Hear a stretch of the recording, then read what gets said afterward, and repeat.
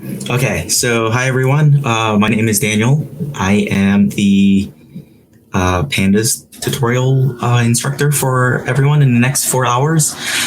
We just went through an hour of setup instructions. So the way this is going to work is I will very quickly also go over the setup process of getting everything set up for those of you who just chimed in right now. And if the main takeaway that we just learned from the last hour is if you tried the test installation script and there was any mention of PyProj root or here, and there was an error around that, disregard it. We will scrap PyProj root entirely. If I was giving a lightning talk, I would probably have 5 minutes to talk about more intricate details about here and PyProj root, but I'm not. And so I will just describe that library, why it might be useful in the future, and then link to it, and then just move on as if it never existed. Yes, so yeah, we are all in quarantine. I am in my parents' house, and this is my brother's room because it's the biggest free room in the house. And so a little bit more about me. I'm a graduate student at Virginia Tech. I am currently working on a PhD studying data science education for the biomedical sciences. So it's teaching doctors and nurses how to do data science stuff. And I've been teaching online and in-person Python and R stuff for the past couple of years. And it was sort of if I had to pick any PhD topic, what would I pick? And this is sort of how I ended up with that dissertation topic.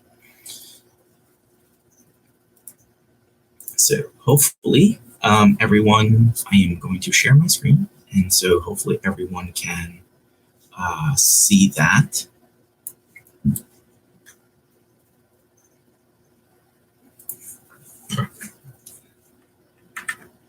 All right, so a few things to make sure that everyone's set up in a proper way. Everyone should have been linked to the GitHub page. I will put it in here and also within Slack.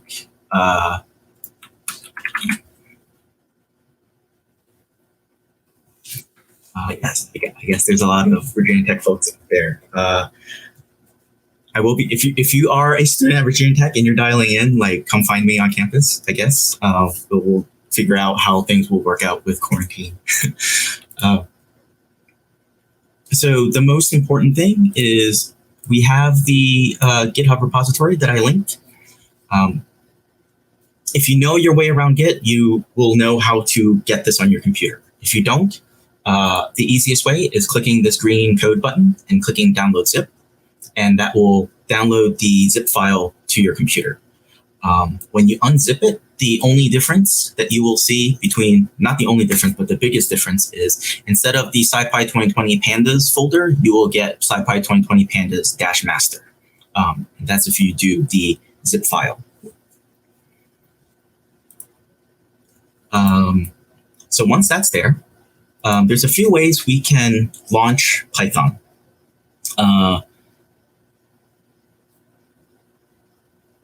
I want to say the probably absolute easiest way, if you've never done this before, if you installed Python through Anaconda and you installed the full Anaconda distribution,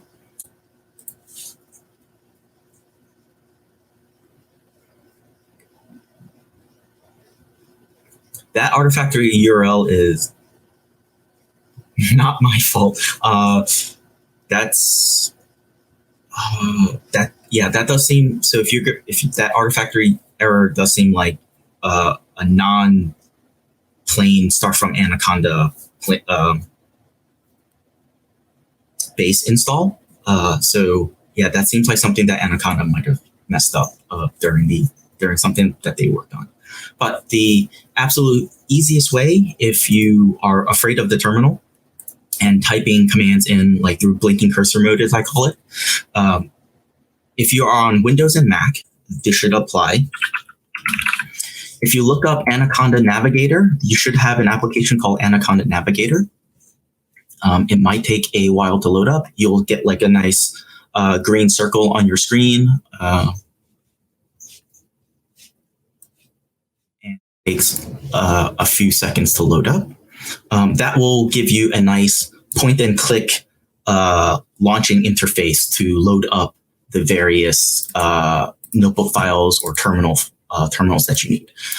When that's done loading, it should look something like this. From here, if you did install the full-blown Anaconda, you have the option of launching a Jupyter Lab instance or a Jupyter Notebook instance. Think of Jupyter Lab as the successor to Jupyter Notebook. It is a nicer interface in that you can view your files and type your code at the same time versus completely context switching. So if you've never used Lab before, you should see this little launch button.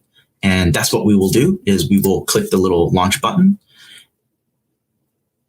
And what it should do is open a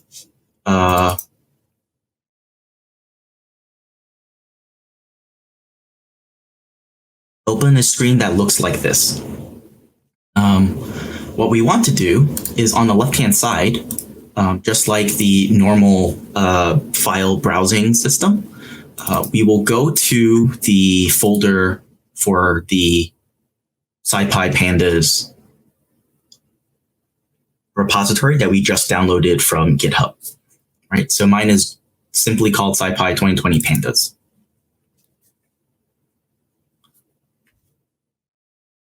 From there, we can double-click the Notebooks folder. And what I will do is start completely empty. Once we are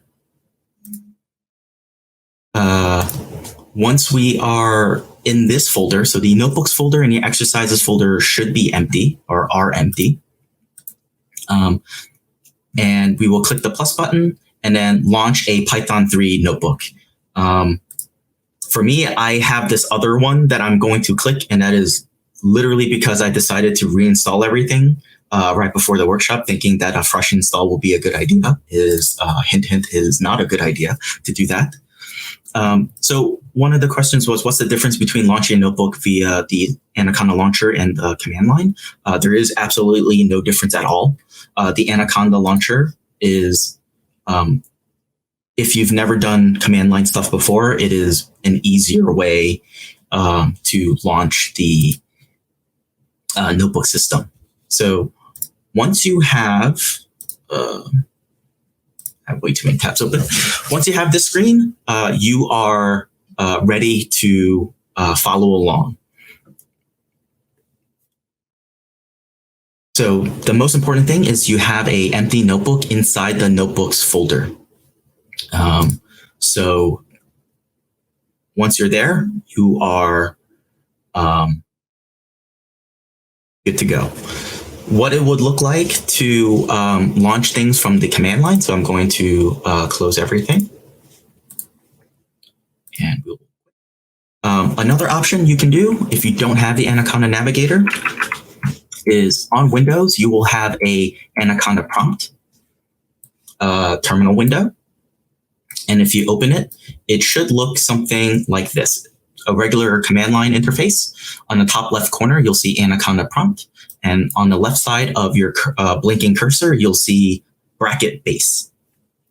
If you are on a Mac, you will open up the regular terminal application on your Mac. And this is, again, assuming that you installed Python through the Anaconda installer.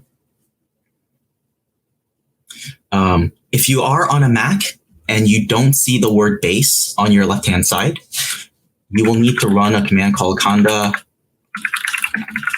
activate base. And I will type that in chat. And then also in Slack.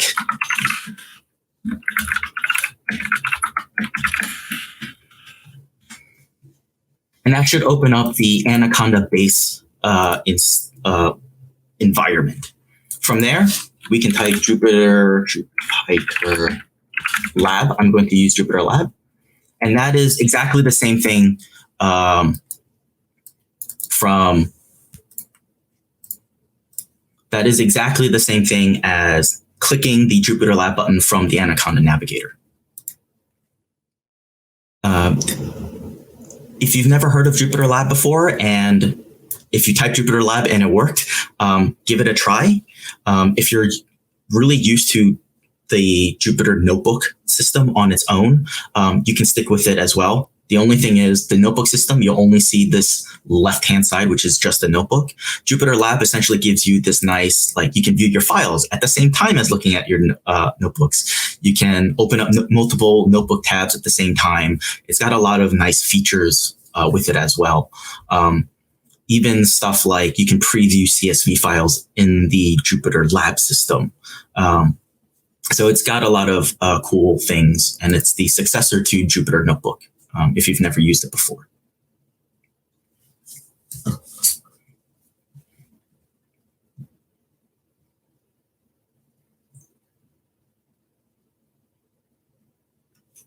Okay.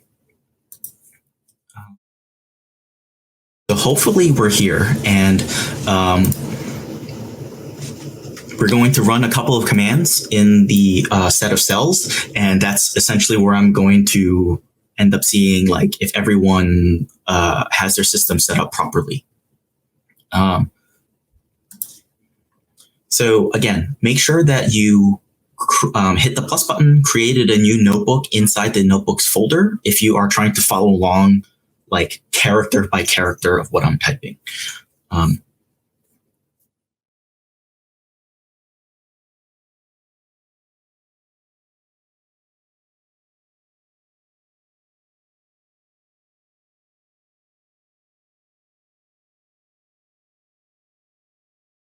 right, so the first thing we're going to do is we are going to try to load up the Pandas library.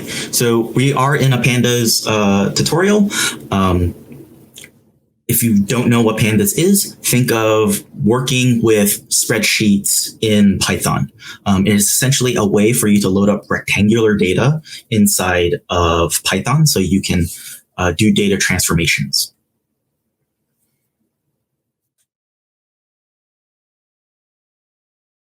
So the first thing we're going to do is we're going to import Pandas. I believe this is like the third. So this is like the third day of SciPy tutorials. I believe the other, if you were part of the entire essentially like intro to SciPy track, you've imported other libraries before, and that's just because Python, as feature rich as it is not going to load up everything that you have installed when you like turn on Python. So we have to say like, hey, we're going to be working with rectangular data using the Pandas library. We have to import it. So we'll say import Pandas. The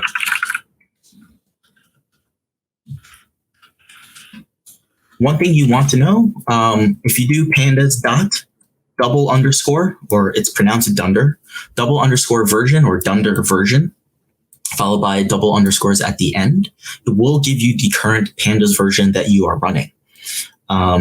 So right now, between last year and this year, Pandas has gone through a major version bump. It is now 1 dot something. Last year, it was 1.23, 1.24, something like that. And I mention this only because if you do end up running Pandas version, for example, at work, or you have an older version of Python installed, and it says something like 0.21, yeah, so anything above 0.21 or 0.23 is okay. I don't remember the minute details between 1.0.1 and 1.0.3, but if you are above 0.21, you should be good. And they did a bunch of consistency changes within the later 0.20 version. So that's why I mentioned this, because if you go online and you start Stack Overflowing solutions, because of those consistency changes, sometimes the code will work. Sometimes it might not work. Sometimes the newer version is actually more legible and readable than the, I find it to be like more understandable than the older way. And I'll point to those differences when we move on.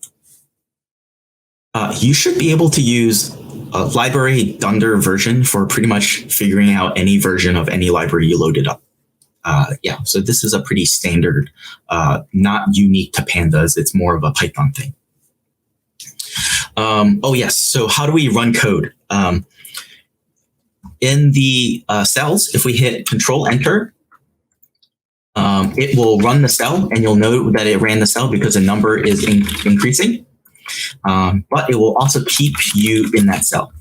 If you hit Shift-Enter, it will run the cell and then give you a new one underneath. So I will probably be running Shift-Enter a lot because I'm going to execute a command, and essentially I want to be ready to type the next one. But if you're trying to figure out like some weird bug, you can hit Control-Enter. So your cursor is not just bouncing back and forth and you have to scroll up and stuff like that. So the other way you can execute code is literally select the cell that you want and hit the play button, and it will play that cell or run that cell. But Shift-Enter is what you will essentially hear me type as we are running through this tutorial. All right, so let's load up our very first data set. This will also solve a few issues of like where things are. Again, make sure that we are in the notebooks folder. I like to, as a good I guess like good practice, you don't want a whole folder filled with untitled IPython notebooks. So we can right click the tab here, hit rename notebook. And the reason why I essentially wrote about PyProj root is because I'm a big fan of trying to keep your research projects like somewhat sane by creating folders and files that are meaningful to like other people, including yourself. So one convention that I started to adopt is starting all of my files with a number. And that way it's not sorted by like alphabetical order. The numbers will force the ordering such that I know which order the tutorial is in or the script should be run in. If you have, technically for this workshop, any version of Pandas will work. But I just showed you the dunder version just so if you do see weird differences between this workshop and online, that is one of the first things you want to check. So I'm going to call this 01, not into, it's intro, N-I-N-T-R-O. And so this way, when I open up or when I send this folder back up to GitHub, these things are in sorted order, so you know exactly the order the notebooks were in for the tutorial. How do I rename this? In this tab here, you can right click and hit rename notebook. If you are in Jupyter Notebook, not lab, on the top, there will be like an untitled IPYNB. And if you click it, it should open up a text like a text field that you can change.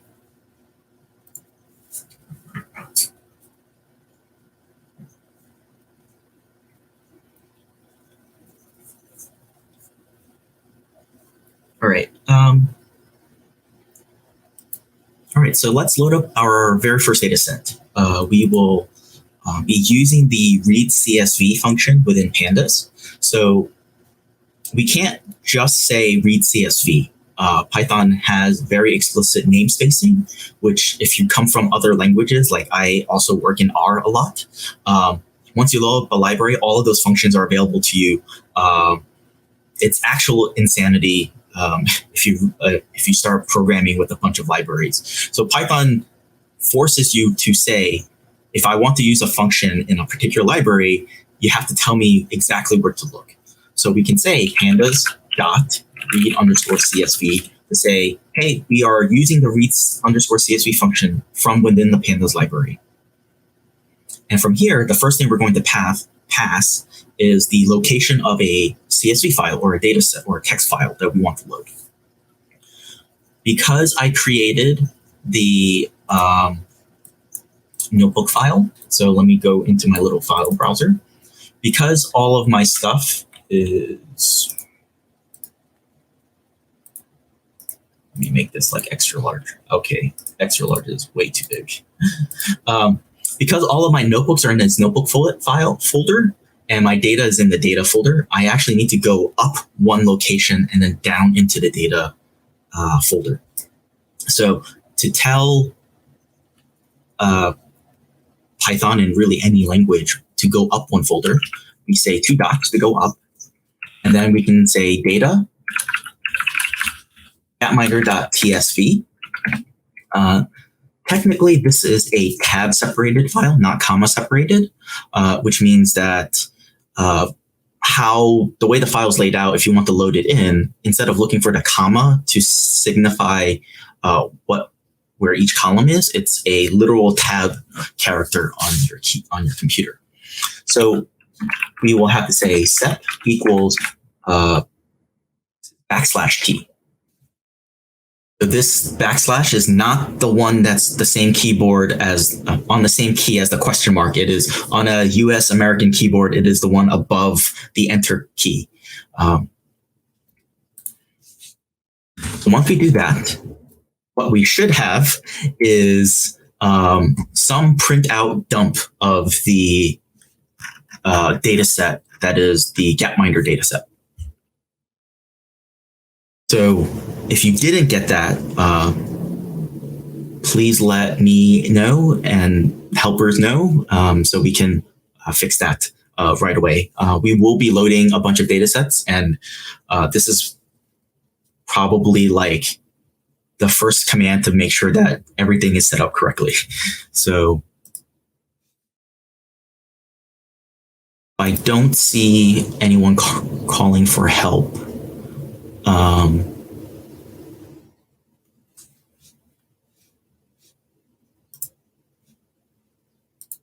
And I think I will be good to go.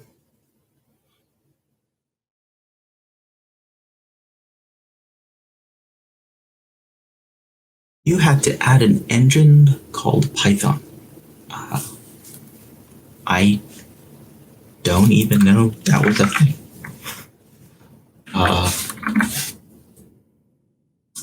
I am going to set Pandas as PD like as the next line of code, so don't worry about it.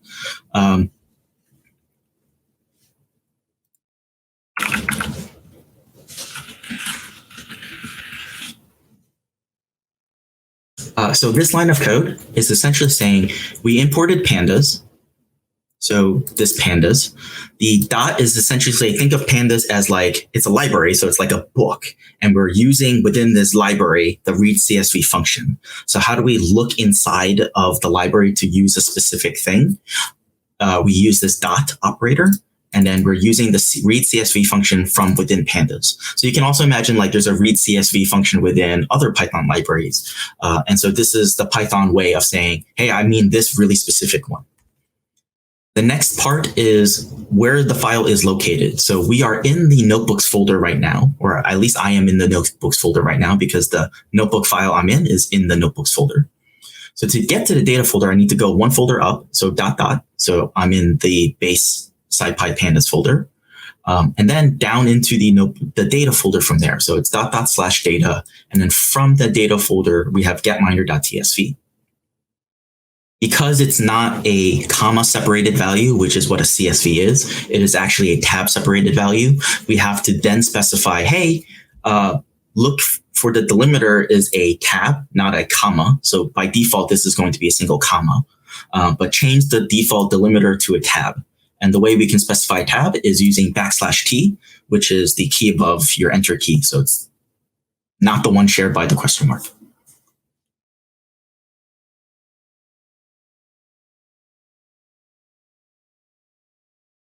I believe the engine does correct for slashes. So I'm on a Windows computer, and you can see I am using Unix-like slashes. I believe if you want to use the Windows slashes, you have to escape it twice. Yeah, because otherwise it's going to treat like /d as, oh, no, it doesn't. Huh. Borderline terrifying. But yeah, I am really used to using the Unix type slashes. So yeah, the engine does correct for that. The Windows Explorer on the side here is because I'm using Jupyter Lab, and so this will open up that way. If you're using plain Jupyter Notebook, then all you will see is the notebook system right there.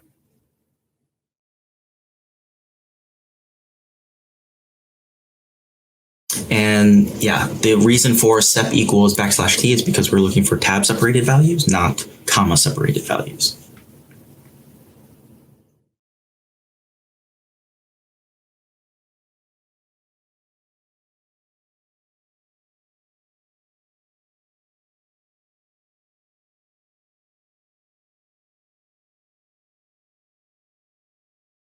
So you've also seen a different way of doing imports. There was a NumPy tutorial and a Python tutorial within the last couple of days. You may have also seen imports written as import some library as another thing.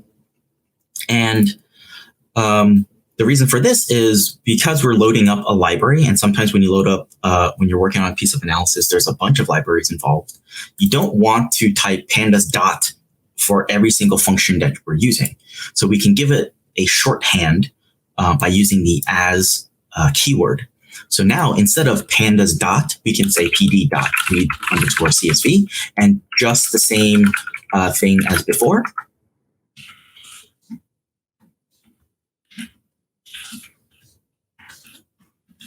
We get the same results. And this as keyword is literally just saving us typing keystrokes.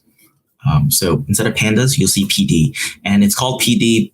That is just the convention that you'll see very often as you're searching around for pandas commands. One thing you don't want to do is do something like from pandas import star. You'll see this when people just want to load everything, and what this will allow us to do is like not have to write pd dot. But by convention, that's a really bad idea, because let's say you load up, for example, pandas and Dask, both have read CSV functions. And if you load them all into the namespace, how do you know which one is being used? And so that's why the star import notation is generally considered a bad idea.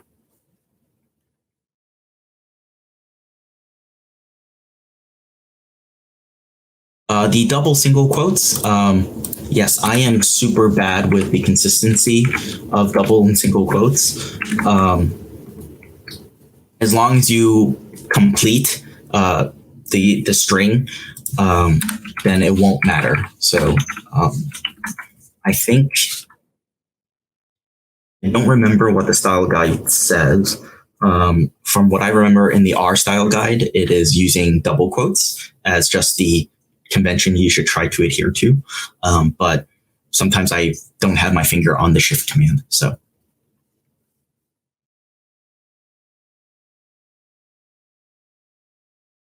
All right, so loading up a data set like that is useful, but we actually want to save it to a variable. So we can say something like bf equals the command that we just wrote, right? So I can copy and paste that, and we can assign it to a variable. And now, anytime we want to use our data set, we can refer to it as this variable called df. One of the first things that you might want to do when you first load up a data set is looking at the type. So we can say type of df, and you can see here, you get a data frame. Yeah, so I think in the Jupyter Notebook, there isn't a way to call the previous code without typing it again. Like the up arrow literally moves up the cell, and that's because the previous command is literally the cell up. So I don't know if there's like a copy previous contents down below, because at least in the notebook system, if you want to rerun that command again, it's literally scroll up and run it again. So I believe that's why that feature is the way it is. So one of the things that if you ever get stuck if you start playing around with like, oh, I want to pull out this column, I want to pull out this value, always look at the type of something, because that will help you figure out what the thing is that you're looking at. And so the thing that we got from loading in a CSV file is this DataFrame object. And this DataFrame is literally, think of the DataFrame object as like a rectangular data set. So think like Excel spreadsheet, like a single sheet loaded up in Python, right? And that's why if we scroll up, when we ran those load commands, it looks like a table. It's because it read in that file and loaded it up as a DataFrame object, which is like a Excel sheet.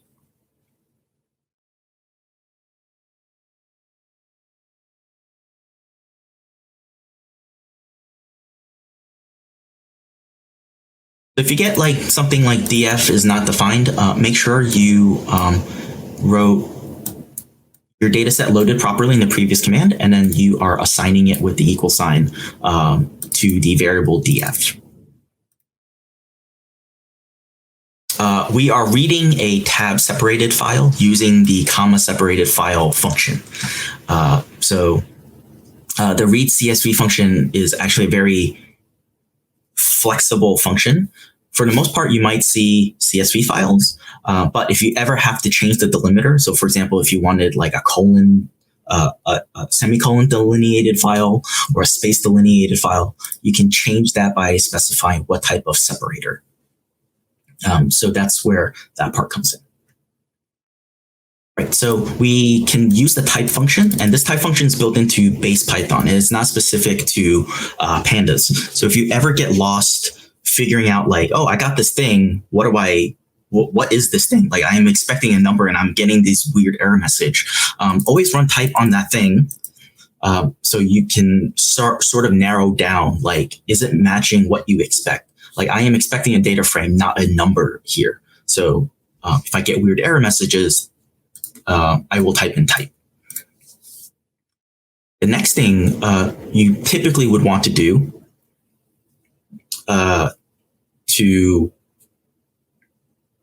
after you load a data set is looking at how many rows and columns there are. And one of the questions was, do I use Pickle to save data frames?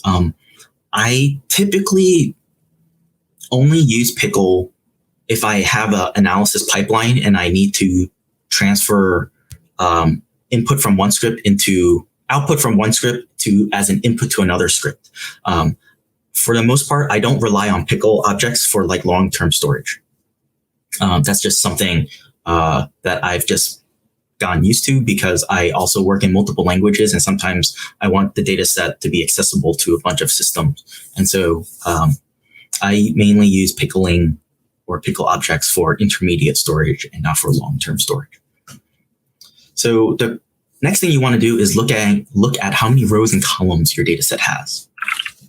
So we saw this dot operator before when we said like, hey, in Pandas, use the read CSV function. We can also say, hey, in this data frame, tell me something about it. And one of the built-in things,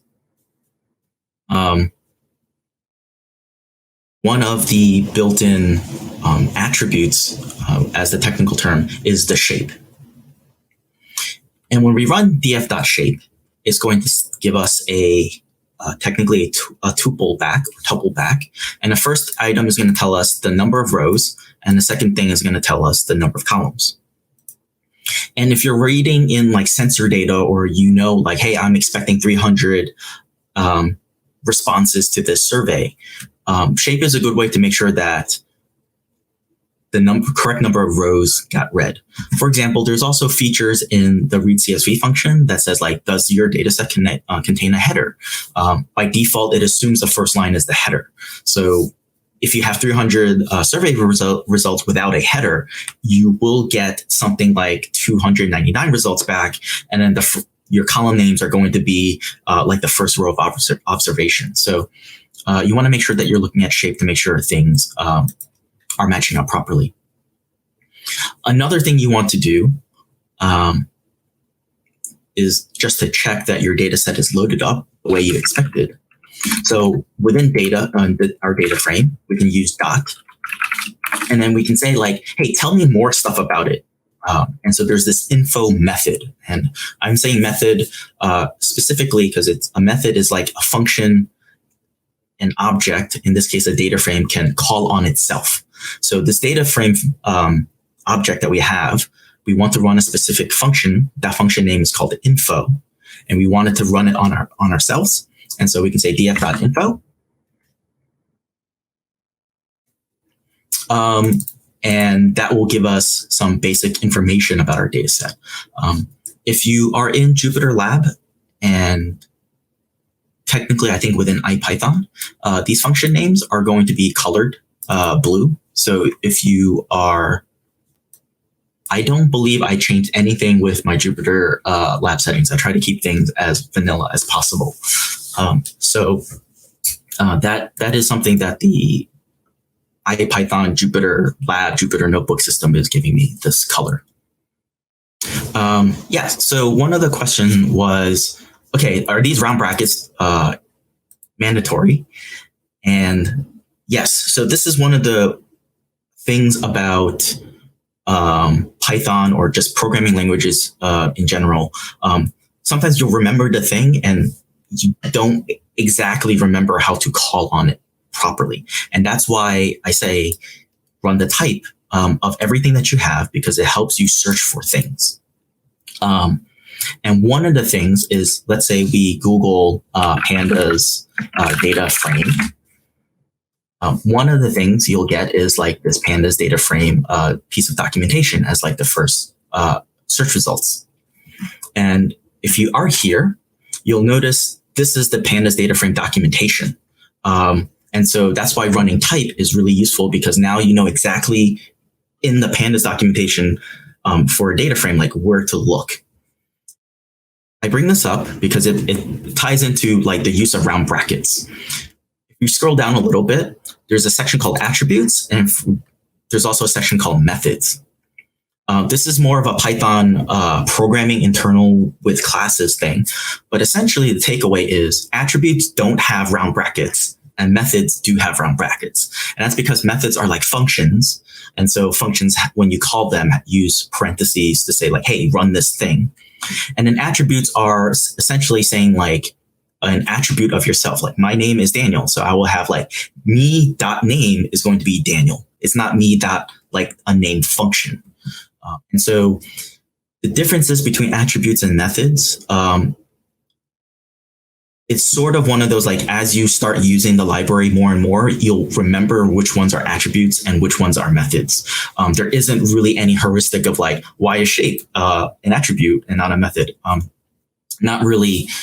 This is one of those things that you just end up remembering as you run these things over and over again and making the same mistakes. So let's say, what if we flip those things, right? Let's say it's like, oh yeah, I remember shape. You'll get like an error message if you try to run shape as a function or as a method. And it's going to say tuple object is not callable, because remember, shape returns this, is this essentially like a list of numbers. It's really a tuple of numbers. So if you use the round brackets, it's actually saying like, hey, call this thing as a function. And it's going to say, I can't. And same thing with info, df.info. If you forget info, this just printed out the data set. Oh, yeah. So at least with info, it's not dumping out an error message because it's just saying info is a bound method. It's saying that, hey, this is really a function here of this data frame. Here's this data frame. But we are expecting info to dump out something else. So that's another hint as to, hey, maybe this one needed round brackets. So yes, the attributes are defined when the class is instantiated. So all of this stuff is defined when your data frame was created. And you can create a data frame manually by passing in like a dictionary or a list, stuff like that. Or it can be created by loading a data set using our read CSV function. And I point to this documentation and I showed you how to look there because it is very useful and there's no way we're going to go through every single one of these. So it is a pretty good, essentially, if you ever get confused, like, can a data frame do this? Go there and then Control F, search for like the keyword to see if that thing can be done. And you'll be surprised how much is already built in for you. All right, so other things that you do when you first load up your data set. You might want to see, instead of the whole thing dumping out, we can look at the head. And yes, so we essentially are going to run, so the tutorial is 4 hours. We are going to run in essentially 50-minute blocks with 10 minutes in between, 10-minute breaks in between. So I think like the official schedule had like a longer 20-minute block in the middle. I just spread the extra 10 minutes evenly across all of it. So we'll be taking a break in a little bit.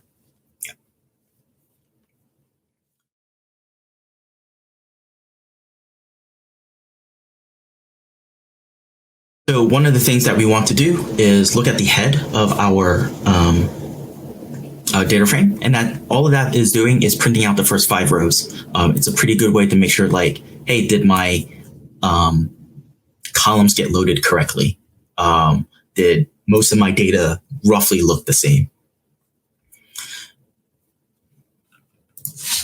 And likewise, we can also look at tail if you want to look at from the stuff on the bottom, and by default, it's going to show the last 5. And if you put another number in there, it'll change it into however many you want.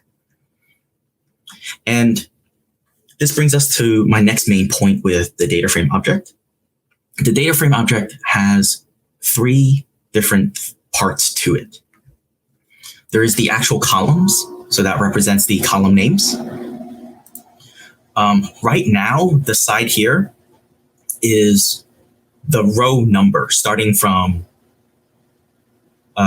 0. So it's a 0 indexed row number, right? So if you look at the head part, you notice it starts with 0. This numbering system. Right now, it looks like the row number, but it's technically called an index. If you're just starting off with Pandas, you probably will avoid dealing with weird indices or custom indexes as much as you can. Even me, like, I pretty much try to get rid of indexes because it just keeps me thinking like, hey, this thing is a normal data frame object, not something weird I have to think about. But if you're working with time series data, it's very common to turn that like row name into like the date timestamp. So if you're working with stock data, it might be like the millisecond timestamp for a particular stock or during the day. You can have multiple indices. You can have multiple like hierarchical indices, hierarchical column names. That's all very possible in Pandas, but we're going to keep it simple and say, right now, this thing on the left that looks like a row number or a row name is called the index. And the body of our data frame technically is the values. And so I mentioned those 3 components, the columns, index, values, because we can access those components individually. So we can say df.columns. Ever notice that columns is an attribute and not like a method? And this is, again, one of those things you learn by experience. So if you forget and you put round brackets, take off the round brackets and it'll work and you won't see errors. If we just want the columns, you can get the columns by saying df.columns. And this is, how you can change column names, figure out which columns, like which column number things are in. That's going to go into more of the basic Python things, not in Pandas, or at least the intro to Pandas stuff. But if you have to do any operation on a column, you can access all your columns by saying .columns. So one of the questions was about info, and I realized I never described what info was. So when we run df.info, it's going to tell us our type, so it's a data frame object. This is going to tell us what our index is, and it's literally saying it's a range from 0 to 1703. it's going to give us some data type information. So like the 0th column has a name called country. It has, if we compare these two values, well, 1,704 entries, if we compare those two values, it tells us how many non-missing values there are. And the D type, which is in Pandas, it's going to be an object. Think of object as string for now, but it is a generic placeholder. In the newer version of Pandas, there is now a proper string object for a column. But you can also see like each column, what is the data type it was loaded into. So for example, year, it's being loaded in as a integer value. But sometimes you might want to say like, hey, this string is supposed to be read in as a date and it's being showing up as an object. These are things that you can tweak in the read CSV function to load up columns as the correct data type. So when we run df columns, one of the things you might say is like, oh, why does this say index? That was one of the questions.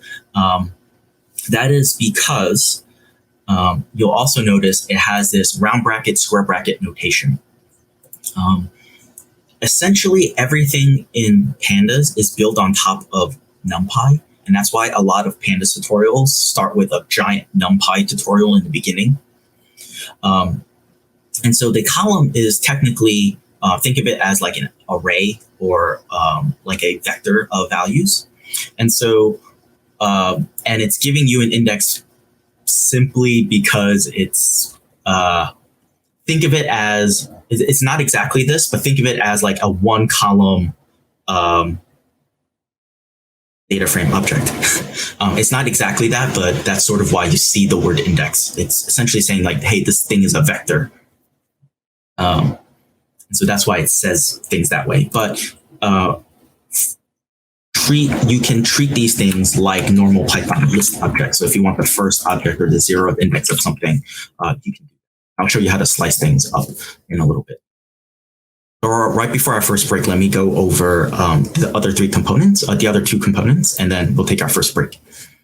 The next thing was index, right? So I can show you like .index to get essentially the row name of our data set. And here it's a special type. It's a range index, starts from 0, stops here, goes by 1. And this is just the Pandas way of saying, hey, I have 1,704 values. I don't need to create a whole list object of that. I just know how to create it essentially on the fly. So you can imagine, like, what if this was like a 1 million row data set? There's no reason to carry an integer value from 0 to a million or 0 to 900, 99,000, etc. In memory. That's just a waste of space. And so that's why you'll see range index. If you have anything super specific, like for whatever reason, your index is going to be like names of people, then it's going to expand out that entire thing. Yes, and this is one of those Python like off by one errors all the time. Python is what is called left inclusive, right exclusive. Now that I have to mention that, I wish I had my picture. But you can think of, let's use this as an example. You can think of each one of these things as like, I like to think of it as a cow in like a barn. And each one of these comma delineators is like a fence post. And so when you say 0 to something, it's saying like from the 0th index to the 1 index, it's essentially taking everything in between. And so that's why this ends in 104, when in actuality, like 0 to 1,704 is really 1,705 elements. So that's why the numbering is like that. And that's just the way Python handles slicing it. Think of it as like, you're calling these fence posts and you're saying like which fence post number, and it's everything in between the fence posts that's being collected. Pandas can read ASCII data. There is a read text, I think. There is a read like fixed width. There's like a fixed width function to read stuff like ASCII data. And yes, you can read all sorts of other data types as well. And the last bit is .values. And this gives us the body of our data frame as a NumPy array. This will come in handy in about like 3 hours from now or 3 hours from now when we work on apply methods. Sometimes when some libraries do not know how to handle a Pandas DataFrame object, they only know how to work on NumPy array objects. And you can turn your Pandas DataFrame object into a NumPy array by saying .values. And that's because Pandas is really built on top of NumPy under the hood. And so, so for our first break, take our first 5-minute break. Let's just come back at 11 o'clock. Let me do this because I can do 5 timer.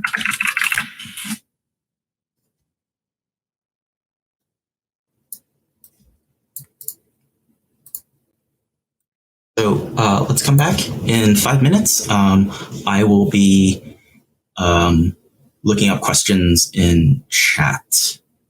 So if you have any questions, just post them in the Q&A because I'm going to be going down that list right now. So if you need to step out for something, just come back at my time, 11 o'clock, which is whatever is showing up on the timer right now. Okay, I'm still going down through the questions. I should have typed them out, but some of the things that I want to reiterate is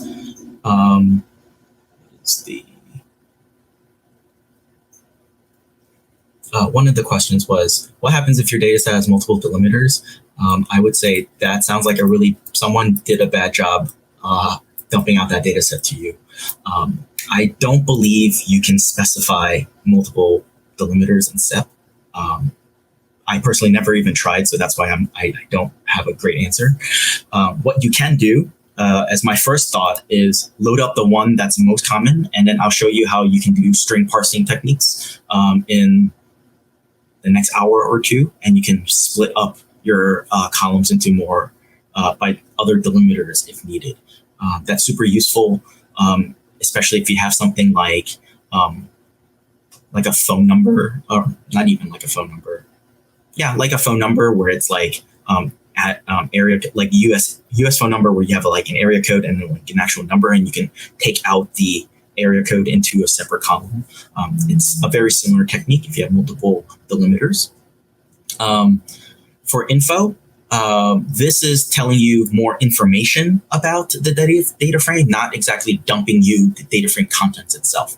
And that's why you're not getting the actual values of the rows. You're simply given the column name and the type. And you also get some information about like memory usage, but don't use this as the definitive way. It's really an estimate because you don't want your computer calculating exact memory usage because it'll take time.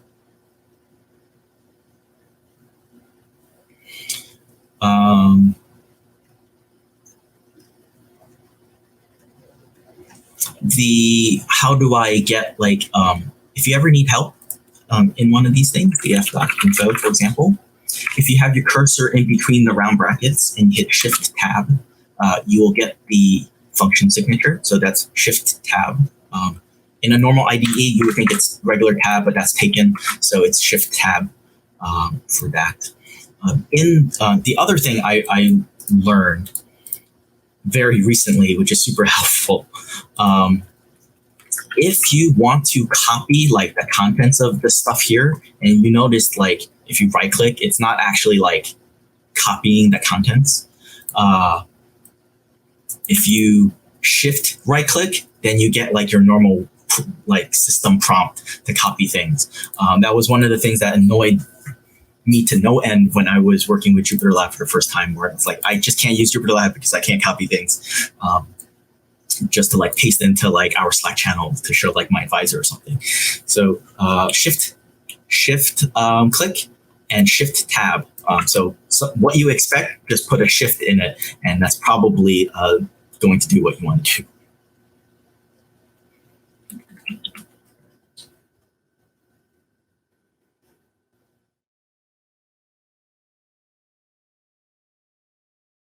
So one of the clarification points was, yes, Pandas is because it's built like NumPy, everything will start counting from 0.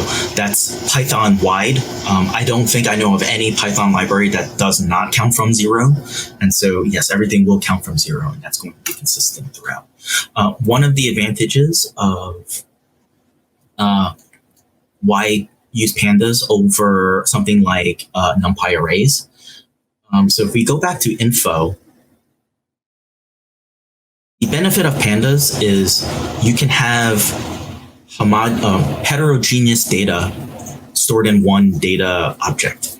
So you can see like country is a string, year is an integer, life expectancy is a floating point number, et cetera, et cetera. These objects can even be any, like I literally mean any object. So when I do web querying using the request library, I will have a column that is all request objects, or I will have a column that is a JSON loaded dictionary object.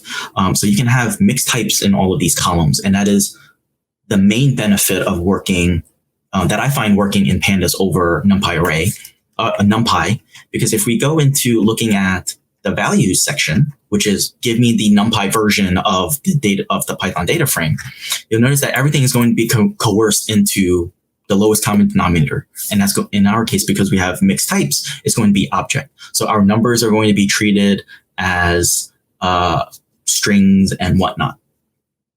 And so that's the main benefit.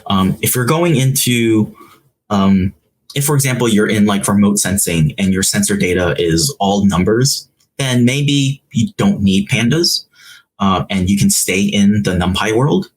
But I would even suggest that like, hey, even if you have sensor data, or even if your data is completely numeric, you can create new columns that are descriptive. And those are regular strings, and that can travel with your data set. So you don't have to remember to like look up the code book of something.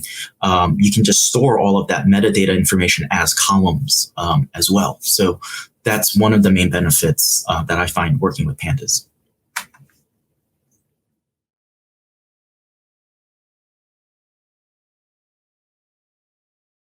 Yes, and so I won't go into too much detail in here, but if you hit comma and then Shift Tab, you'll notice that read CSV has it is a huge function. It's going to do its best to figure out what missing values are, but you can force values like in health data sets. A lot of times people use 88s and 99s as a placeholder for like, hey, this is missing data and I'm writing this because I know it's missing here. And so you can write in those 88s and 99s as to load in as missing values in here. Be careful if you have an ID number that's 88 and 99, it's also going to do that. So just keep that in mind as well. That was a mistake that took me forever to figure out what was going on. So you can even infer datetime format. So if you have a really wonky datetime format and a column is in that wonky format, you can put in that format in there as well. So, and somewhere in here, where it is exactly, but somewhere in here, there's like a parameter for like, hey, treat these columns as dates. And then it will treat those columns as dates and not read it in as. So, there are a lot of ways you can handle reading in data, but I will just show you the bare basics from there. And the rest I will leave up to you two. The other question that I got was, why is range in why did it give us a range index? Think of this as the range function in Python, which is giving us like a bunch of values from one point to another. It's really a layer, the Pandas version of the range built-in range function. That's just saying like, hey, I mean this as a index for the data frame column. So it's not just like a range object from base Python. It's all a range object within the way Pandas is handled.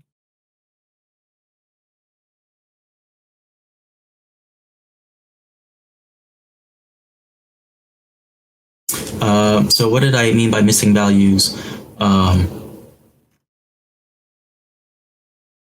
see if I can do this.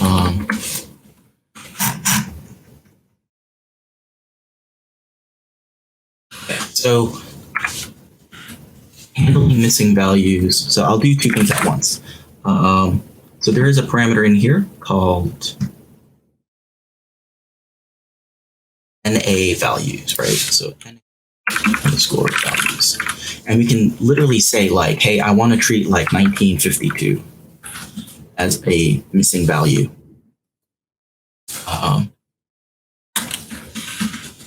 You'll see that the year will now, anything that said 1952 is going to be treated as missing values. And in health, a lot of health data sets or some data sets, you'll see 99 or 88. So you can manually tweak in missing values that way.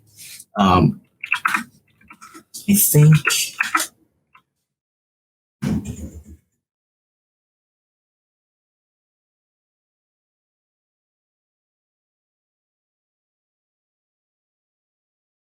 find it right now. Somewhere in here there is a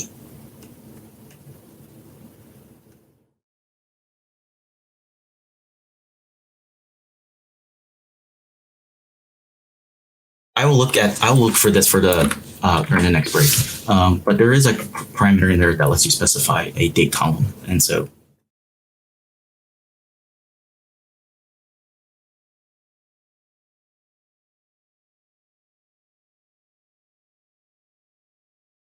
all right. So we have the three main components of the data frame, which is our columns, index, and values. So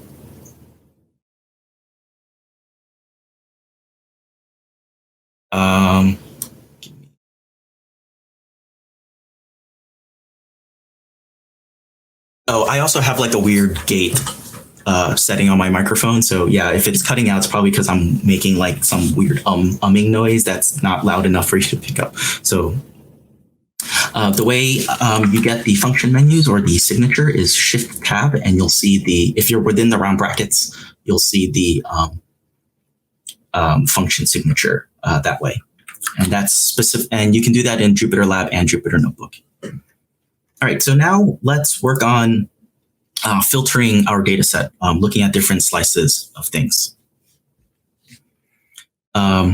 So let's first look at how we can select specific rows out of our data set. So looking at rows in our data. Real prettier. So there is an like attribute, but I think more technically they're going to call it like an accessor. We can use .loc to pick out what rows we want.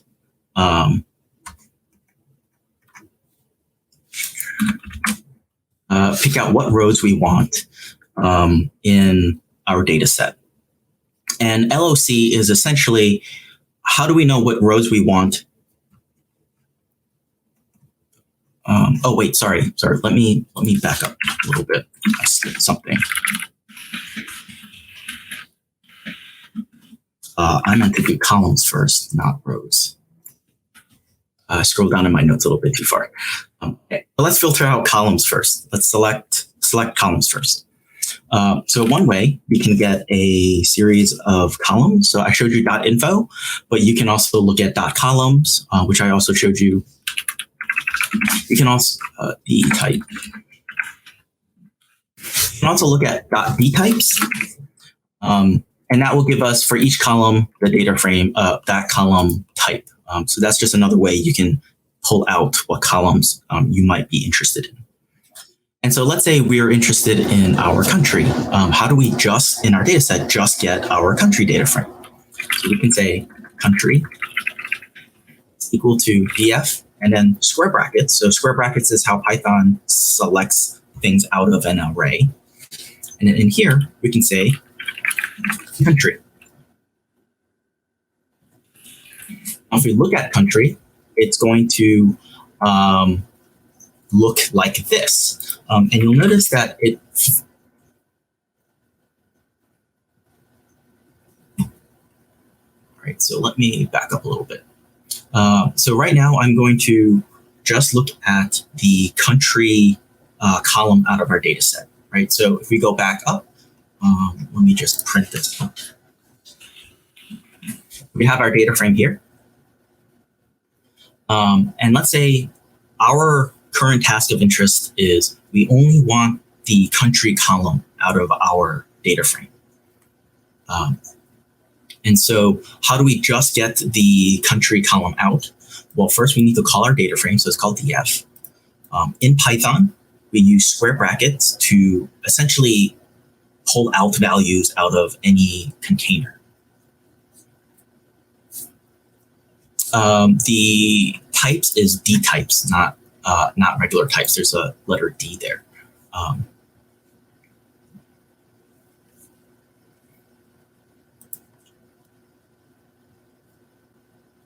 So in order to get just the country column quote, we can put in square brackets the column name that we want. So we know the column name by looking it up or printing it out, country. And the first thing you'll notice if you are in Jupyter Notebook or Jupyter Lab, if you just run country, not typing print country or print data frame, you notice that these two things visibly got printed out to the screen differently.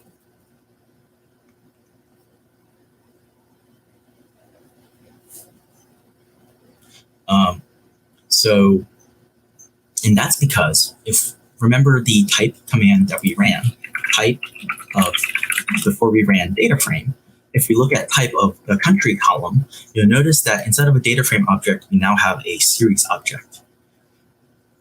And that's because in Pandas, each data frame, you can think of each column as a data frame is composed of multiple columns.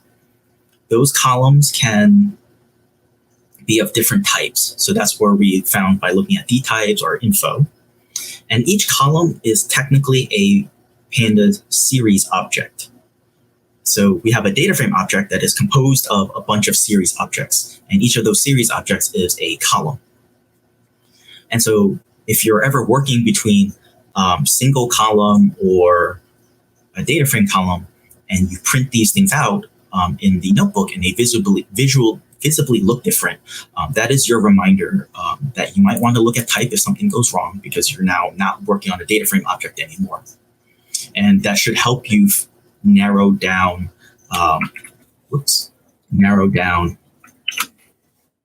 when you're looking for help or when things go wrong. If for some reason you want the single column when you select it to be like a proper data frame object, not a series. Like this is more useful if you're like writing packages and stuff where you want your data types in to be the same data type out because mixing types, depending on how your function behaves, is a nightmare for everyone involved. You can use another set of brackets and then you'll get the nice data frame printed out version of it. And so what does this double bracket mean? So hopefully you don't hear my dog. The outer bracket is essentially telling Python, hey, I want to select something. And the inner one is going to say, hey, I want to select multiple things. And this is the multiple things I want to select. And so that's why you see double brackets. It just so happens to be that the multiple things I want you to select is really just one thing. And so that's why it looks weird, but that's why there's double brackets here. And it'll make a little bit more sense when we try to select multiple columns.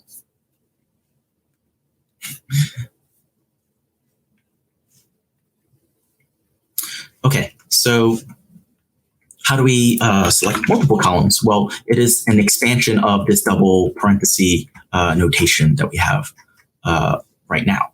So if we want to select multiple columns, we can say country, and I think it's like GDP per cap, I think. No, that's not it. How do I spell this thing? Oh, I'll just use pump.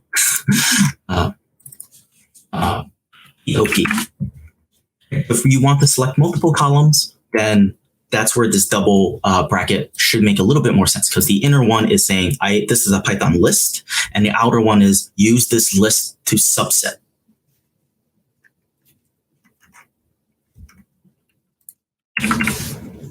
So again, if you're loading in data and you know right off the bat you want to throw away like a bunch of columns, within read CSV, that function, there's a way to only select which columns you want to read. So it'll save you a lot of reading time and processing time. But if you're in the process of like working down your code, and then you're creating new columns and you want to remove old columns, you can use this double subsetting system to only select the columns that you want. All right, so now we can start looking at rows. So we just looked at columns only, how we can subset columns. Now let's just focus on subsetting rows. There's, depending on the version of Pandas that you're using, and from the very short, like unofficial survey from the class, no one is using Pandas 0.19 or anything like that. So right now, everyone should only be concerned with the two ways that you can subset data. The first way is using LOC. Let me show you the head. What the LOC is going to do, we're subsetting rows. So what is the identifier that we can use? Yes. What is the identifier that we can use to subset our data? So let me ask one question. If I make okay, so that's a definite yes. I should full screen the window. If I make the screen this big, just so like you can see more at the same time, does that work for people? Hopefully that helps with. Hopefully you can still read the text if I move it one block.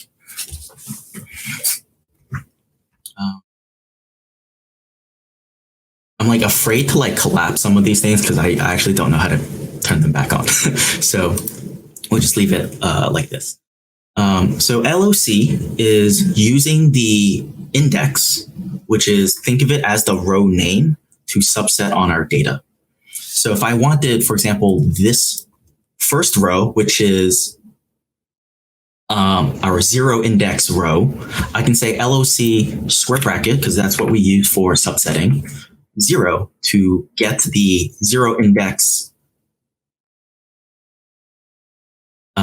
Oh, I did not know that's where my video is. Okay, I will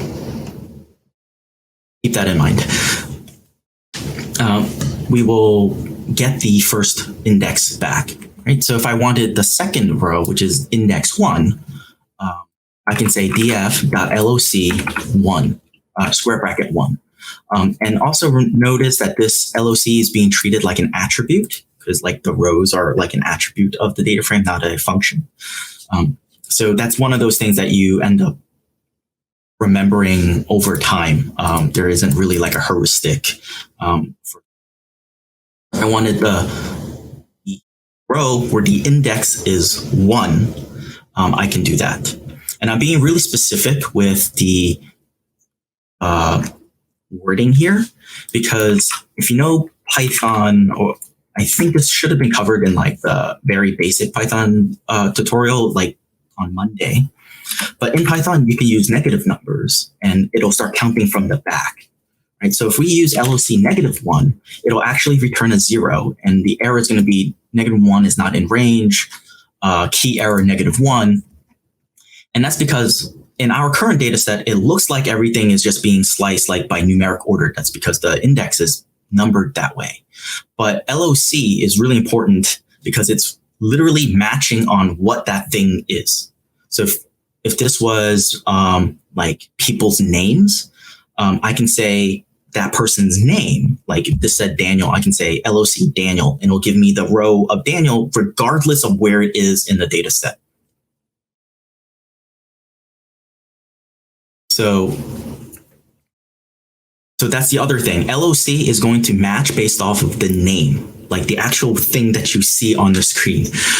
It's a really weird thing that confuses people, especially when they start looking for help online. So LOC will match based off the name. So if I scramble this entire data set and I say LOC 0, it's not going to give me the first row of the data set. It's going to find where the name is 0 and give me that one. Okay, so the other way that you will see is iLoc. iLoc, in our current case, looks like LOC, but iLoc, the I is standing for index, and that is giving us actually the 0 index of our data frame. So if I scramble the whole thing, iLoc 0 is going to give us a completely different value. And because of that, I can do something like iLoc of -1, and this will give us the last one, because now it's taking our data by the index location, not by the actual name.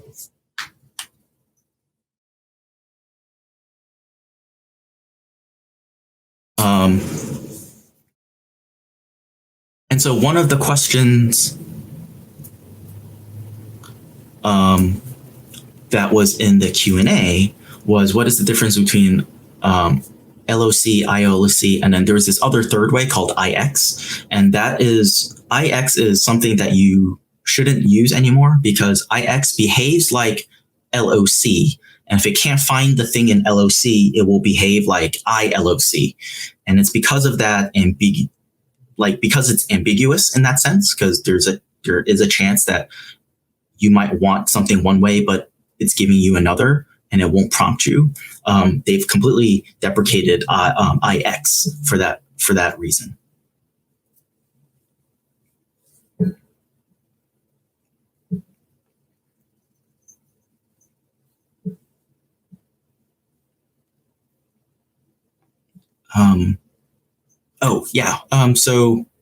I totally forgot who the helpers are. I know Sarah is the person who is maintaining like the Q&A stuff for me to filter out, and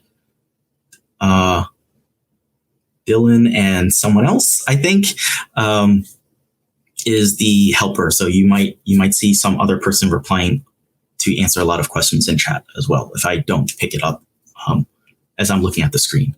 So the main takeaway is LOC will match off of what you actually see on the screen. ILOC is going to essentially count and pull up that actual index and give you that row back. And then if you ever see IX, don't use it. If you see old code that uses IX, try to rewrite it using one of the LOC or ILOC methods, because it's much more explicit that way.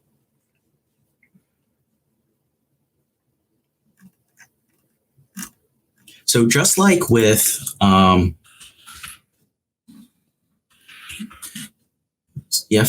just to show you what the data frame looks like now, just like when we were using square bracket to subset multiple columns, we can use LOC and ILOC to subset multiple rows at the same time. So we can use LOC, square brackets, because we're now subsetting based off of our rows. And then if we put in another set of square brackets in here, so that's very similar to subsetting the columns, we will get the index label called 0, 1, and 10. And the same will apply for ILOC, except now it will be giving us the index 0, 1, and 10.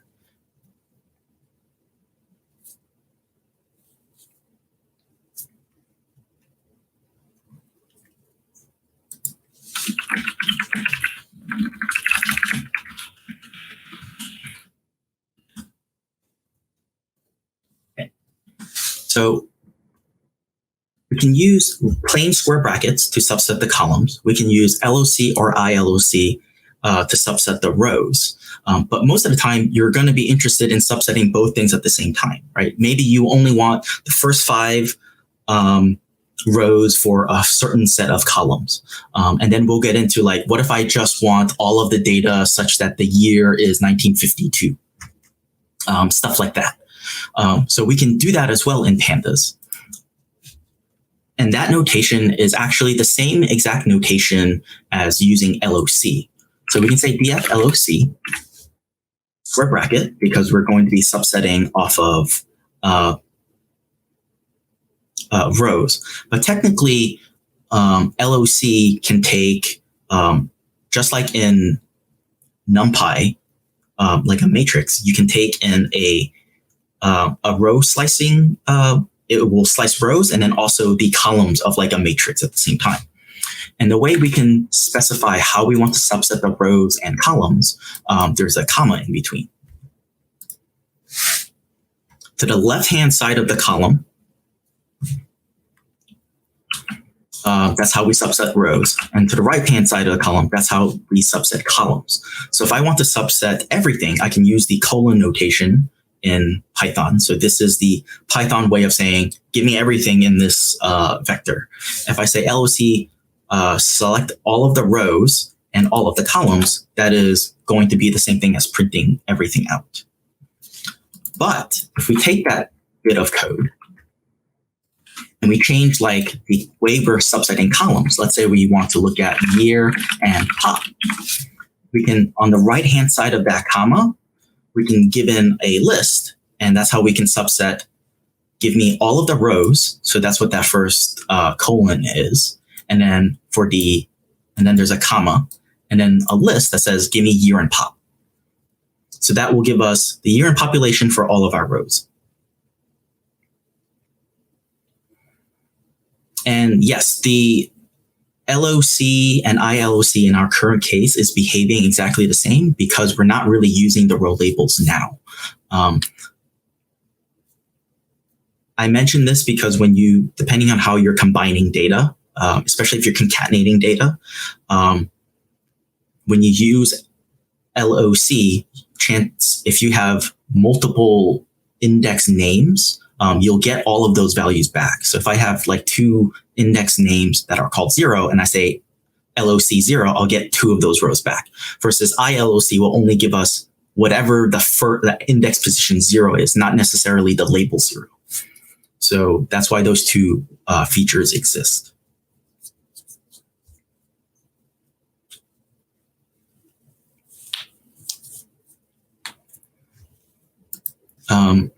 So one of the questions was, is there an easy method to select, for example, a bunch of rows? So if you know the slicing notation, you will know that the colon is the Python slicing notation way, and you can create the slicing notation way if you want to do that. If you want to select like every 10th row, something like evenly spaced.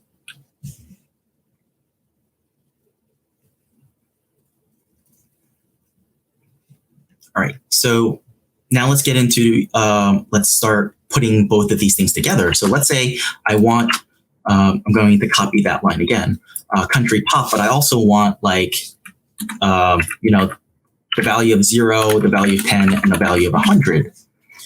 You can see that to the left of the comma is how we're going to subset our rows, and the right is going to be how we subset our columns. So if we put something in the left-hand side, we can filter our rows based off of something. And then the right-hand side, we can filter our columns based off of another thing.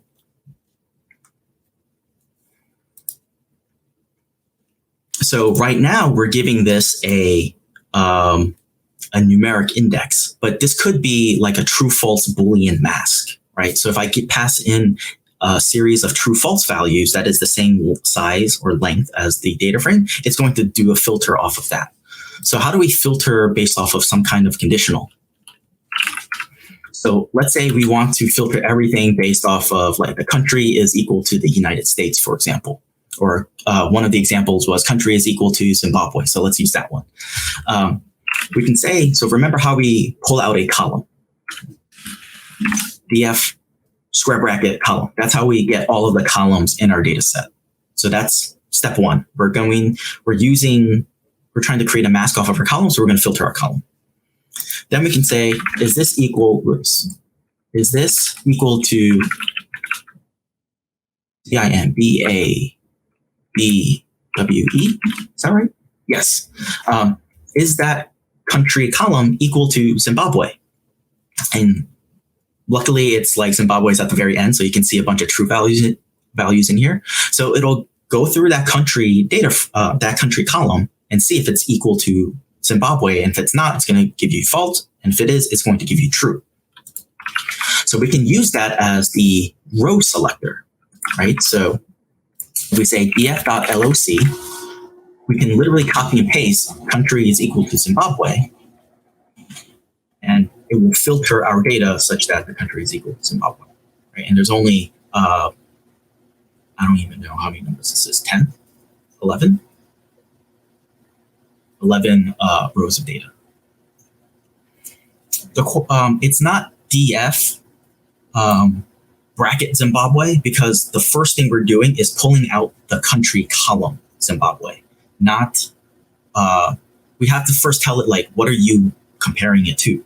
Because otherwise, if it's df like df Zimbabwe, it's going to be like, well, I'm going to look for a column called Zimbabwe and I can't find it.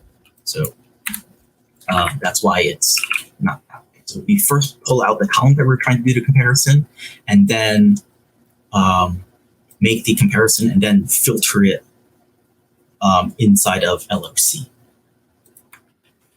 So what if we want to filter multiple things at the same time, right? Like let's say we want to look for the country Zimbabwe, but the year is, after 1990, right? So let's paste in that here.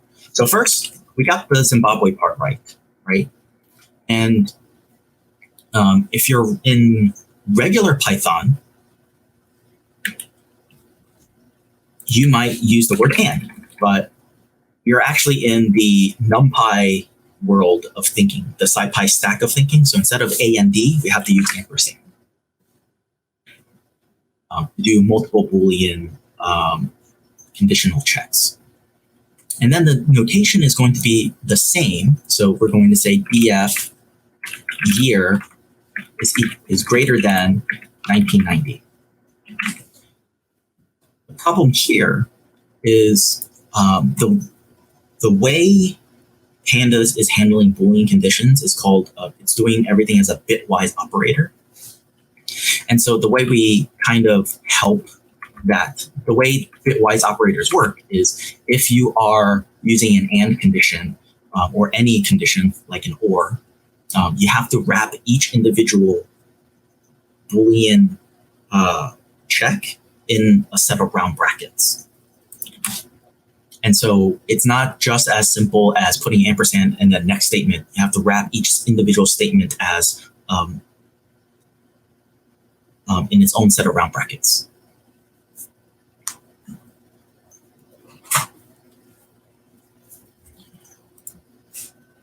And so that's how you can subset rows based off of more complex like conditional checks. And then just to sort of round off putting everything together, remember we can always have a comma and then specify how we want to subset our rows, our columns. So we can say, give me the country and year, but I only care about population and continent. So it will filter the rows first and then give us population and continent back. The OR syntax, I will put it here for OR. For the OR syntax, it is a vertical pipe. So it is shift and then the key above the enter.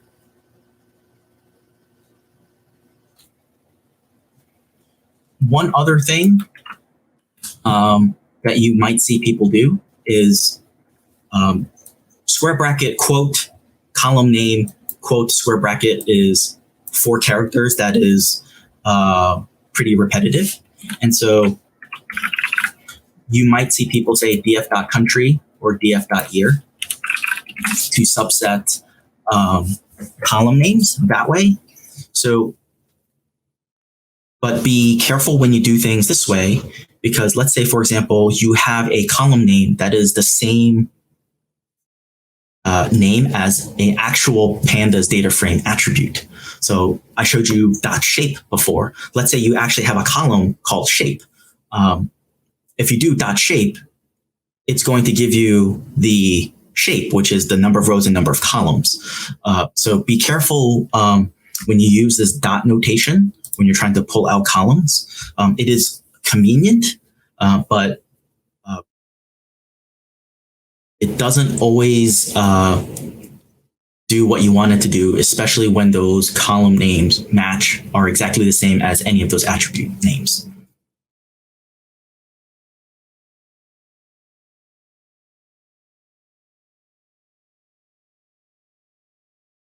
One of the other questions I just saw was, does the greater than need an integer? I believe this works with strings as well, and it's doing some kind, and you can, like, strings have an inherent ordering to them, so you could do that as well. If it was a date timestamp, you can do it with dates, like, is the date timestamp greater than this other date? So it doesn't have to be like a numeric integer.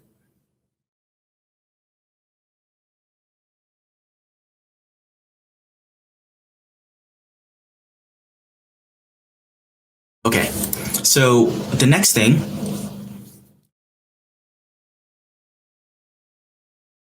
so one of the questions was, yes, the brackets here essentially work exactly the same way as R works, base R, which is square bracket, and then a comma, and then how you subset the rows and how you subset the columns.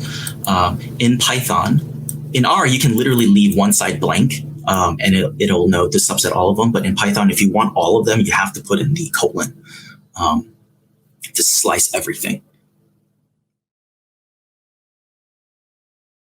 You can change the index to a different type. I don't know how to do that off the top of my head right now, but you can say df.index equals and then set it to whatever you want. So you can change the index to whatever you want or change the type for it as well.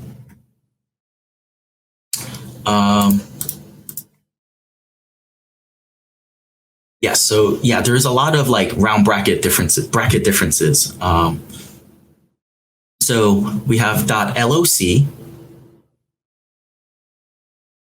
exactly the same. Yeah, so I'll use the bottom one.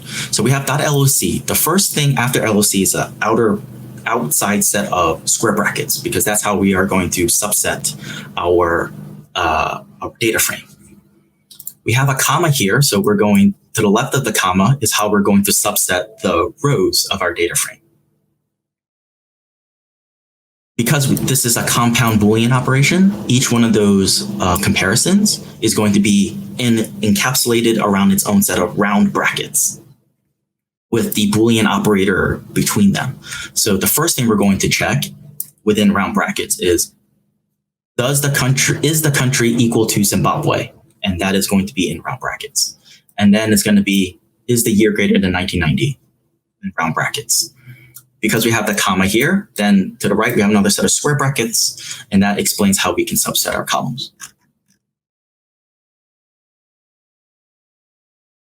Right. So let's look at our data frame one more time.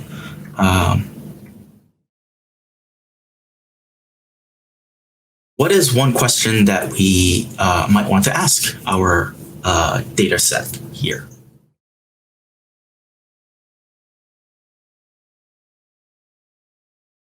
So one thing that we might want to ask is, for every year in our data set, what is the average life expectancy, right? Like, let's say we were throwing out country entirely, and we just want to say, like, hey, in this data set, what is going on with the average life expectancy across all of the years, across all of the countries? And so in Excel, you would do something like a group operation. And so that exists in Python as well, in Pandas as well. It's called a group by operation. So we can take our data frame and we can say, hey, this data frame object, do a group by. So we can say dot group by. And it's a set of round brackets because group by is a function. In this group by operation, we can pass in any number of columns we want to do the group by with. So let's say, the first thing we're going to say is group by year. So if we try to run this, it's not going to give us anything. It's just going to say, okay, I have this data frame object. It's grouped by year. Anything you do with it, I'm going to remember to aggregate everything by the year first before I perform that calculation. So our question was, for every year, what is the average life expectancy? So the for every part of that statement is part of the group by part. And then the next thing I asked was, what is the average life expectancy? So life expectancy is the column of interest. So we can pretend this is a regular data frame. And how do we pull out a column out of our data frame? We use square brackets. And then the column itself, right? But it's not doing anything, it's not printing anything out yet because we haven't run an actual calculation. It's saying like, okay, I have everything grouped by year. I have the life expectancy. Now, when you tell me to perform some calculation, I'll know how to handle it. And so we can do something like, hey, take the mean. Because remember, each series object is built on top of NumPy. And a NumPy numeric array understands how to calculate a mean. And so we can say, calculate the mean, like take the mean of yourself. And so what this did was it took all of the years, created its own separate data frame object, pulled out the life expectancy, calculated the mean, and then stuck it all back together. Right, so this operation here is really important when you're trying to look at general descriptive statistics, for example. It's also the core basis if you're thinking about like running something like Dask or any distributed computing framework. You can imagine like each value of year got shipped out to another computer, did its calculation, and then that single value came back. Right, so this group by operation is one of those super powerful concepts that you can do for your data analysis work. And yes, and I will be building on this example right here. Let's say I wanted some other function of mean and not necessarily the built-in Pandas mean function. Pandas comes with NumPy. So let's say I want to use explicitly the NumPy version of mean or the NumPy standard deviation function or some other function that I wrote. So I can load up NumPy as NP. So this is very similar to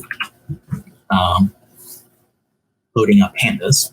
And the first part is going to be exactly the same, right? Because the question is, for every year, what is the average life expectancy? Or for every year, what is the standard deviation of the life expectancy?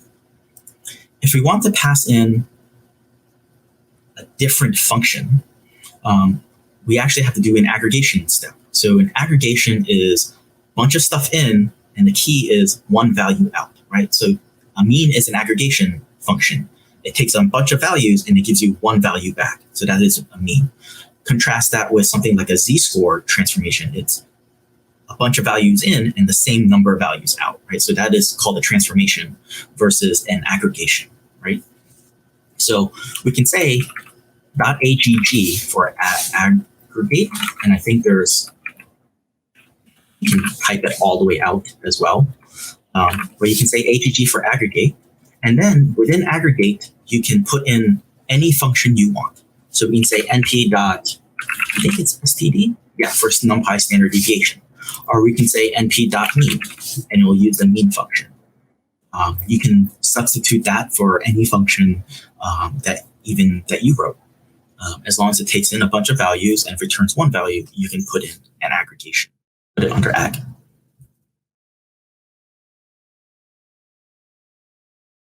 And you can do the same thing for population, right? Like how does population grow over the years? And you'll see you'll get definitely increasing, stuff like that. All right, so let's do a little more. Let's build out the research question a little bit more, right? Let's say I care about year, but I also care about continent, right? Like maybe year is too general of a question that we're asking. I want to see like, how does the average life expectancy and the GDP per capita changes over each year and continent?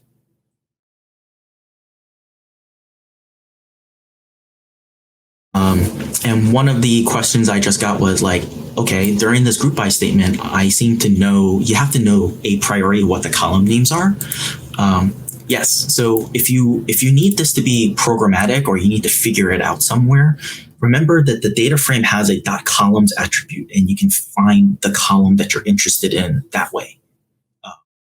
Pass in those values here. And then I think in the next example, when it's completely worked out, you'll see like where the entry points are. So we can say df.groupBy. So our new question is, how does year and continent change over time? So we can say year and then continent. So it is really like within the set of square brackets, just add another column name, and it'll group by that column name. And if we want multiple columns, so our question was, how does life expectancy and GDP per cap change? We can use square brackets, and just like subsetting multiple columns, we have the double square brackets to subset multiple columns. Right, and right here, we get the same thing as before. It is some Python object that's grouped, that's already grouped, but it won't give you anything until you perform an actual calculation. So let's go and perform that actual calculation. So AGG, and we can say np.mean. You'll notice that NumPy mean, usually when you call it with round brackets. But we're actually referring to the function itself and not actually running the function with stuff in it. And that's why NumPy is being called without a set of round brackets.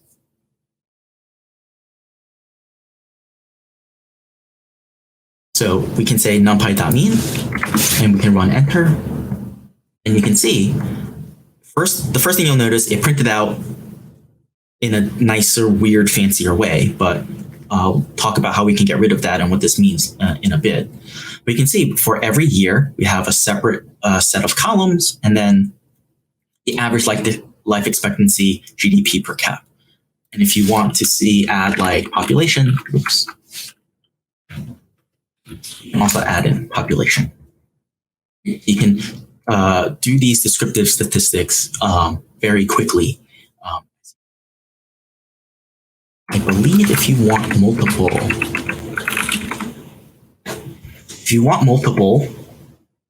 aggregation functions all in the same go, within ag, you can put in as a list and just keep adding functions as you need, and you'll end up building a nice descriptive table based off of what you need. So within ag, you can put in any function that you define, or like Dylan has mentioned, you can even put in a Python Lambda function if you want to calculate something on the fly. In here, you can do any type of way where you can select the column. So you either pass in something from .columns or something that you filter to calculate it elsewhere. And the same thing goes for how you want to do the group by variables.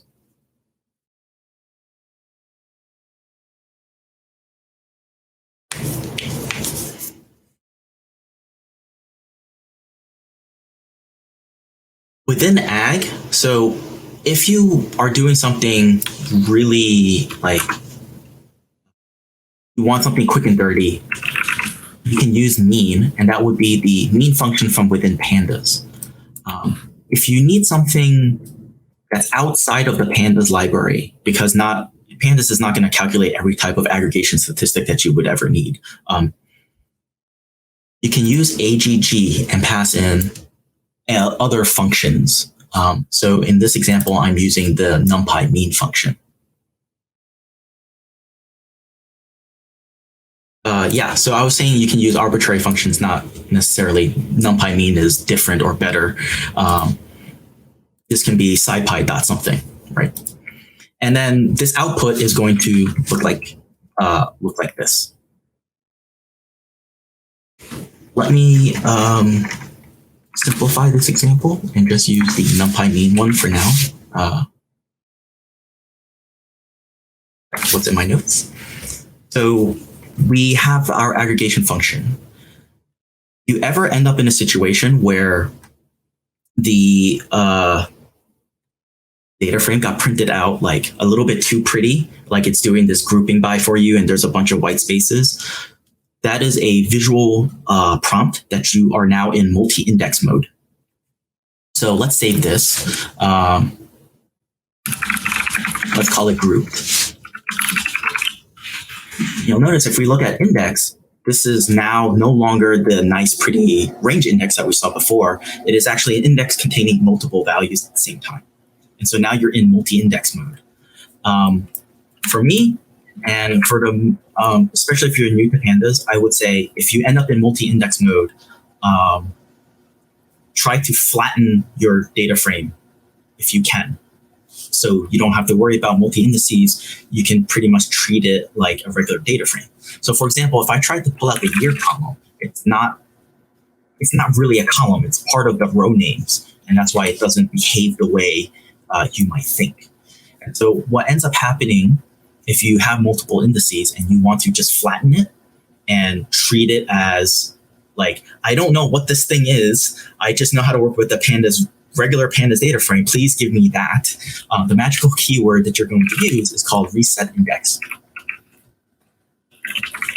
So it's going to take the index name and convert it, take everything and try its best to turn each one of those index pairs into a column, and then try to give you like like your regular range index back. So grouped reset. And so now you can actually treat this like a regular data frame. Like, okay, I want year. I want to filter. I did all of these calculations, but I really only care about one particular year.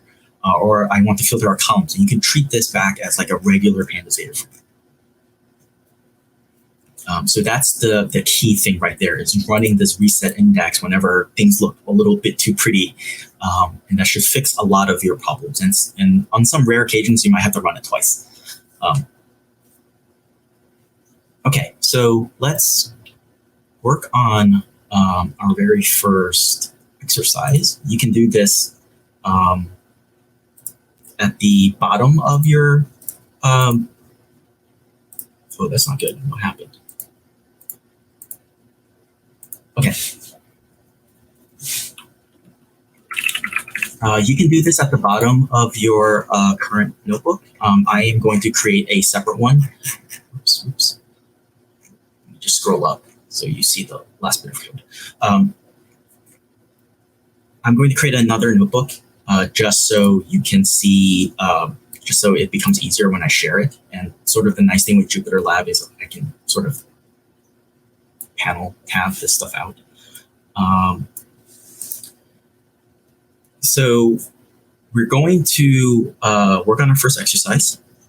I'm going to set up the exercise for everyone. And I just realized just because of screen real estate that you will have, it's probably best not to split it. But so the first thing we're going to do is import Seaborn. And I'm literally only using Seaborn because it has a data set and we're just loading up a data set. How do I create a new notebook? You can, if you're in Jupyter Lab, you can click the little file icon here and then hit plus, and then click the Python 3 notebook, and it'll create a new notebook where you are now. So make sure it's in the notebooks folder at that point.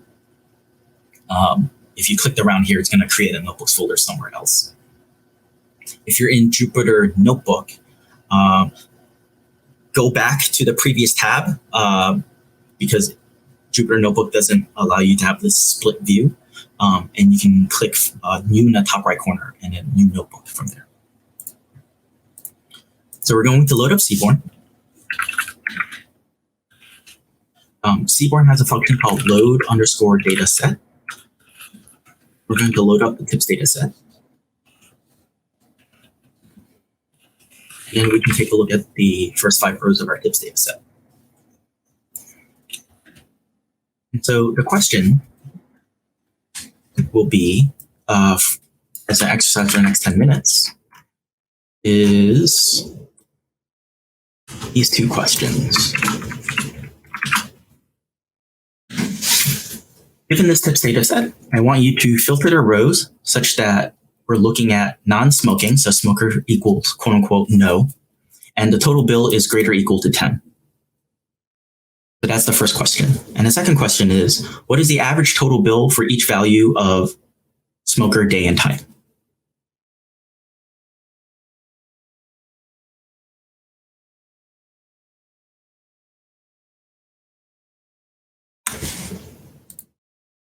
I'm going to turn on the little, I know that hopefully my face isn't covering this part of the screen.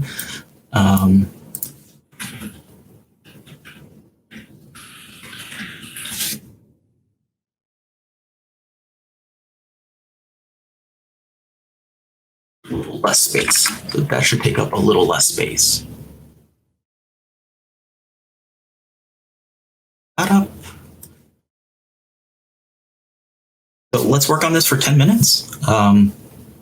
Take a break if you need to, and I will try to respond back into both the Q&A chat and the scrolling chat in here.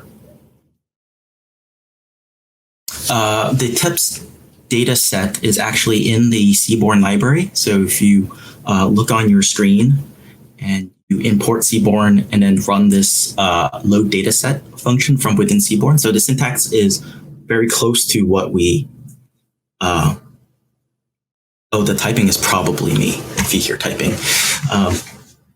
The syntax is very close to how we loaded up Pandas data sets in the intro section. So instead of PD, it's SNS and load data set tips. And then you will get the tips data set as a DataFrame object without loading up from an actual file. So some packages come with data sets in them because they use it for documentation. So it's just easier to bundle everything together so they don't have to constantly re-download stuff. And so I take advantage of that and just say, these are data sets that are pretty easy to get without loading up from a file. And so we use those for examples.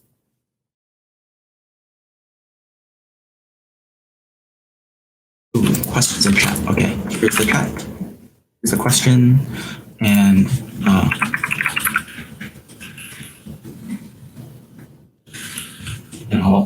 I'll also put it in Slack.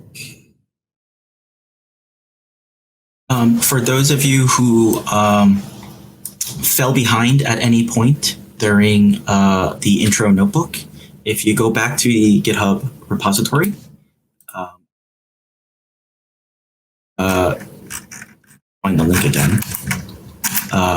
There should be a new folder in the GitHub repository called class, and the 01 notebook is up there. So you can always go back there to reference any snippet of code that was missing if you don't have it already on your computer. So can I rephrase the question? What is the average total bill for each value? Okay. I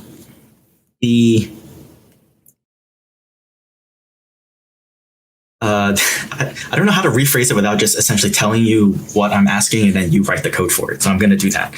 So I'm essentially asking like group by smoker day and time, and then calculate the total, calculate the average total bill for each one of those, for each of those groups.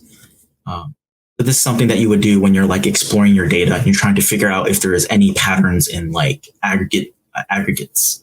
And so it's really just trying to show you can select multiple grouping variables.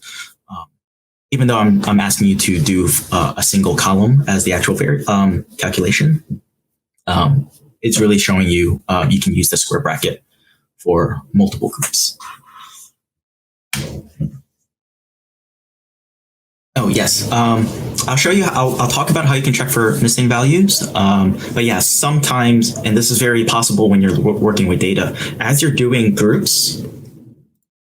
I also don't know if you can hear my computer sound, but as you're doing groups, it is very common that like by the time you cross tabulate certain things, like there's actually no value there. And so, so in a sense, like the missing value makes sense, and there's no really, like the way you would avoid it is like, okay, now you know you need to collect data for that portion if that's relevant, right? So for example, like if you're trying to calculate, if you're grouping for like the only example I can think of it's like if you're grouping by gender and like pregnancy status, you would expect male pregnancy status to be like missing because you wouldn't have like males being pregnant in your data set. So in a case like, okay, that's a missing value, that makes sense. That's not something you're going to go hunt down and like try to get a survey for. So missing values do show up, and sometimes for a good reason, and sometimes it is trying to tell you, hey, you need to do something. Yes, so let me full screen this so I have a little bit more real estate. I am literally using the tips data set from a different Python library. It's a plotting library called Seaborn. Really just a convenient thing to get a small, simple data set without having to load up something like insane. Okay, so the first question, how do we filter the rows by smoker equals no and total bills equals is greater or equal to 10? So we have our tips data set. So we're filtering rows, and so we know when we filter rows, we're using LOC with square brackets. I usually type things like, I usually type the bracket right away so I don't forget it. So we have a square bracket.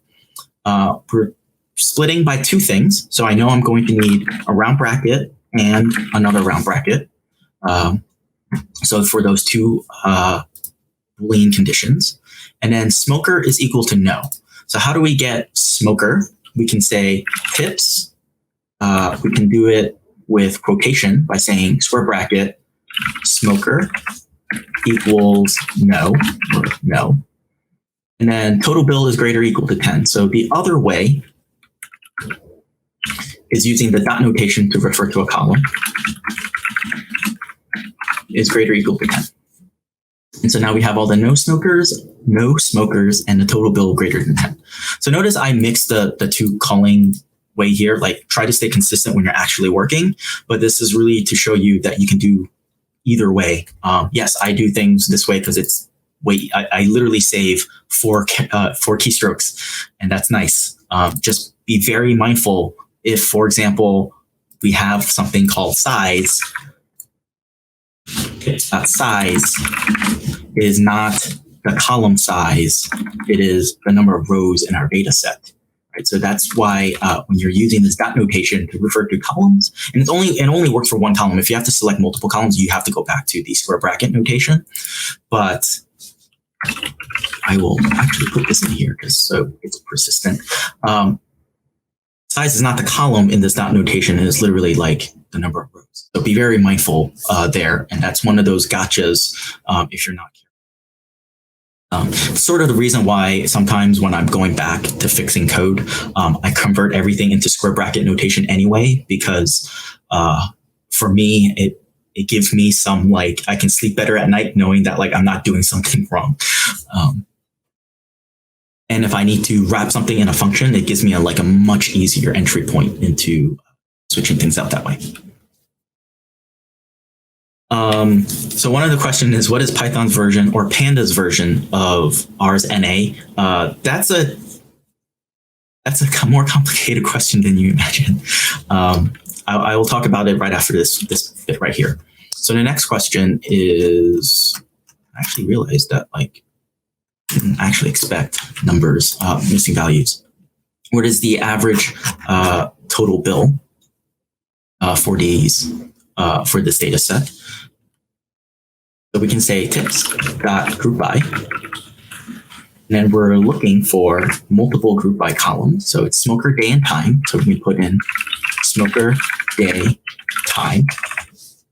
Right. We just get a group by object back. We're taking the total bill column, and we are taking the mean. Because this is printing out in a way that's way too pretty for my liking, you can say reset index, and I get my data set back. Missing values. So let's, NaN is how Pandas will refer to missing values. So we can say, right, so we can look at this. And it has a built-in function called pd.isNA. And we can give in grouped.total bill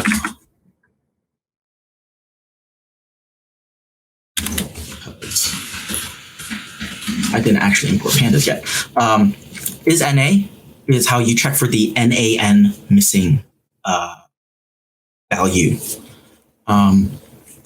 There is a very big caveat in that sense, in that missing values, NaN, is really coming from NumPy, and NaN missing values are always floating point numbers. There is, in the newer version of Pandas, they introduced like a completely, like another set of missing values that you can use for like strings and integers. So you have like a proper missing value and at least for this tutorial, I would say I will find a link to it during the next break. But think if you worked in NumPy before, you'll see NaN written capital N, lowercase a, capital N. That is a missing value for the most part. If you need to be more specific, or you need like a missing value from like an integer, there is like a Pandas specific way to talk about missing values, and I will just link to it.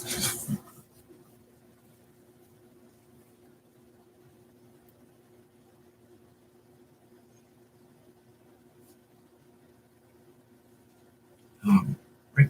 Okay, so let me paste the solution here, and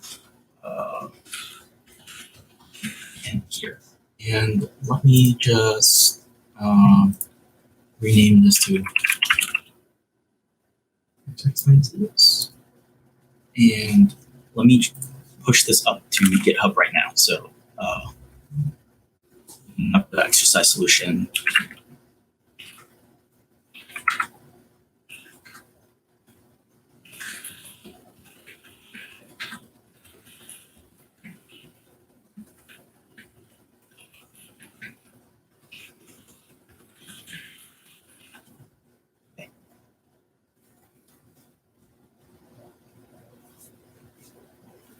Yeah, so if you go to the GitHub repo now, under the exercise folder,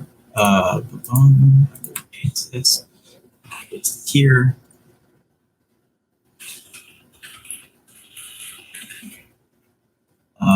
You should see the exercise solution, and I will essentially just build on this throughout the tutorial. So if you refresh this page somewhere, it'll update for the next exercise. Okay, so I'm going to close everything, close not the whole window, but we're going to create a new notebook. And so if you missed some stuff in the intro section, we're not going to build on anything code-wise, like actual data set-wise in this new notebook. If we need to load data, we'll just start over from scratch. So nothing from the previous one is going to carry over. I am going to create a new notebook, and it's going to call 02 tidy, or I could have just called it 2-tidy. It's not like I'm going to have double-digit notebooks.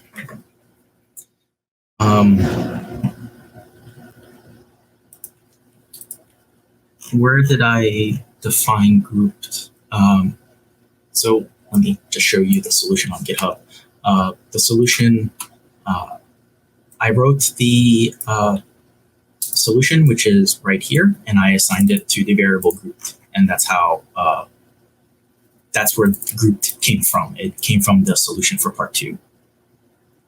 And why did I use .mean instead of ag? That was just, it's less typing. I'm using mean because it is a very common function, and so you can use the built-in Pandas mean function. So for mean, it's more just a convenience thing at this point. I could have very easily have done .ag numpy mean, or actually you can even put in the string mean and it'll know to use the Pandas version. So there's no reason why I wrote it this way exactly.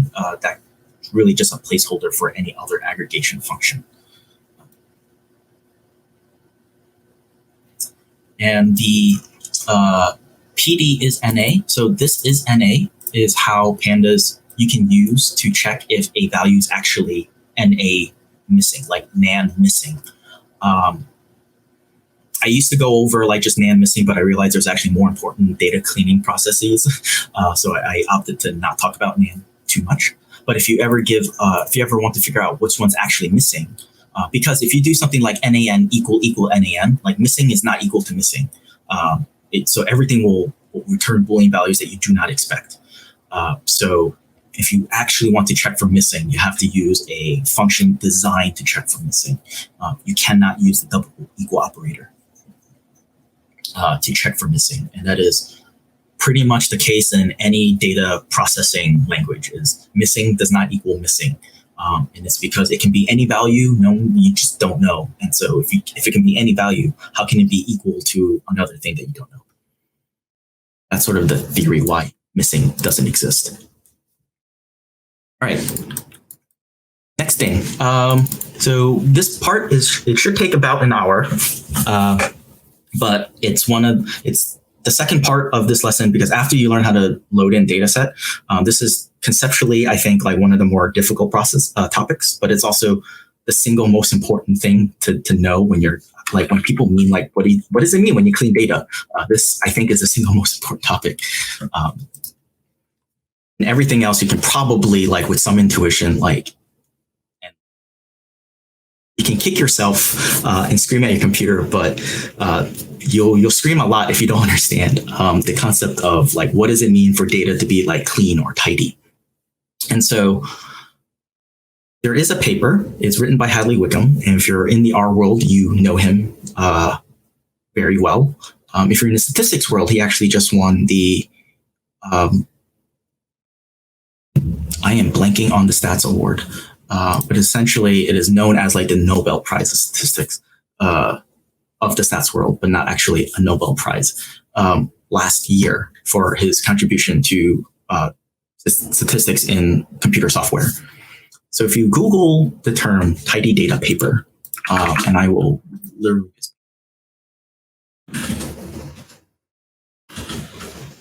this chat and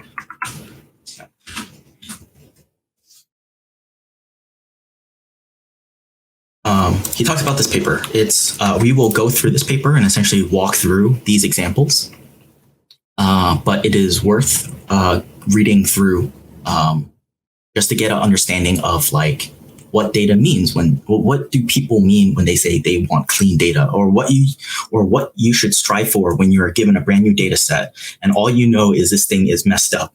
How can you break down your cleaning process into manageable steps? And it encompasses a lot of things. If you actually read through this paper and you're in the Python world, you only need to read up to page 13, like at the start of section 4. That's when you can really stop. The rest of it ends up being a case study in like some R library that you don't really need. But the beginning of the part is definitely super important. So let's talk about this paper. He goes through these two data sets, and let me just make it like large for me. And so we have these two tables. Table 1 here, we have essentially row names, which are the names of people. And then we have a column called treatment A and a column called treatment B, and then some kind of arbitrary value. Maybe it's just, I actually don't know if this means anything, but it's from an imaginary experiment, yes. Right? And then we can literally transpose. So if you want to do this operation in Pandas, it's literally .T to do the transpose your data frame. So if you want rows to be columns and columns to become rows, fairly easy transformation in Pandas. But we can also transpose our data. So we have row names, which is treatment A, treatment B, and then each column represents a person. And these data sets are useful for some things. Right. For example, for the first one, if we are interested in, this might be the form of the data format. Like if you are manually entering data into a spreadsheet, you might have your spreadsheet in this format, right? Because it's easy. You have a patient, some treatment A, you put in a value, some treatment B, you put in a value, right? Or you might have it the other way down there, depending on how you want to input data. And so he first goes to talk about like, hey, okay, so the first thing we need to deal about is rows and columns have arbitrary definitions, and we need to define them a little better. Like, what does it mean to be a row? What does it mean to be a column, right, of data? So he goes to say, like, yes, every column should be a variable that you are measuring. So we have treatment A and treatment B. Yes, it is a value for treatment A and treatment B, but the variable it's actually measuring is like, what treatment type is it? Is it treatment type A, treatment type B? And then for each treatment type, what is the observation that you saw? And so for each row, what does it mean to be a row, like a good row of data? It is a single observation, right? So if we look at this part, a single row is John Smith's treatment A and treatment B values. And versus here, this is a single row is treatment A of all of our patients. So our data set contains multiple bits of information if we look at it every row. So what does a computer think is a nice, clean table? It might not be useful for us as humans when we want to quickly summarize data visually, but as for a computer, when we're working with data, Hadley makes the case that this is what it means to be like a clean data set.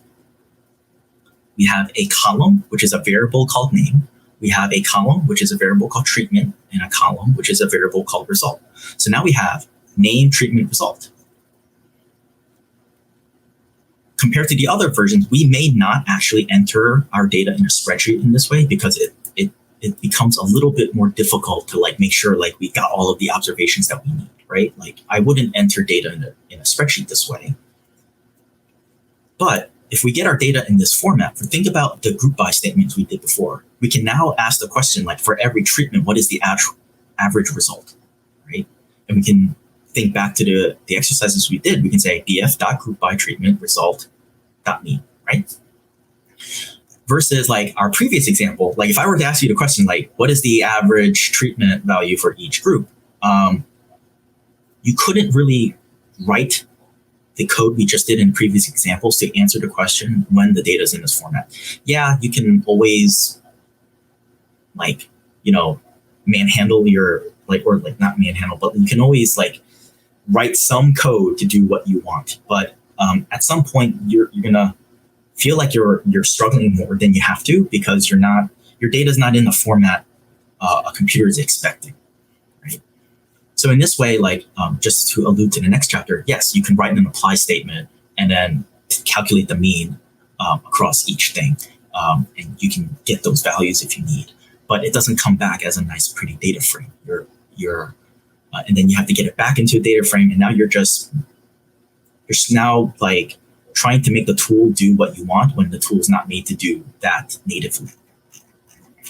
And the nice thing is once you get data in this format, it's very easy to convert it to the other format, right? So I might have my statistics analysis or my summary statistics run off of this, but when I'm printing it in a formal paper for a summary statistic table, I might show it like this because it's easier for a human to read this, much easier for a computer to process data this way. And so this whole section about tidy data is how we can get all of our data sets into this format. And once we get it into this format, we can pivot things as we need. And this is where like pivot tables from Excel come from. When I first discovered those, it was amazing. And we can do those same type of operations in programming languages as well. So the next part of this paper, he talks about, well, okay, now let's formalize what does it mean to be tidy data, like clean data. We describe what a row and a column should be. So let's use those definitions to create a clean data set. And it's saying each variable forms a column, each observation forms a row, and then this last part is more for data storage, and we're not really going to go over this part too much for time, but each observational unit forms a table. So if you're a database engineer, or if you work with databases and you always wonder, like, why do I always have to join these tables to get the data set I want? It's because of that last bit. It reduces the number of duplicate data in your data set as a whole. So you're always doing these table joins to combine and merge your tables. So a single fix can fix a bunch of problems down the line. You don't have to worry about finding every single change that needs to be done.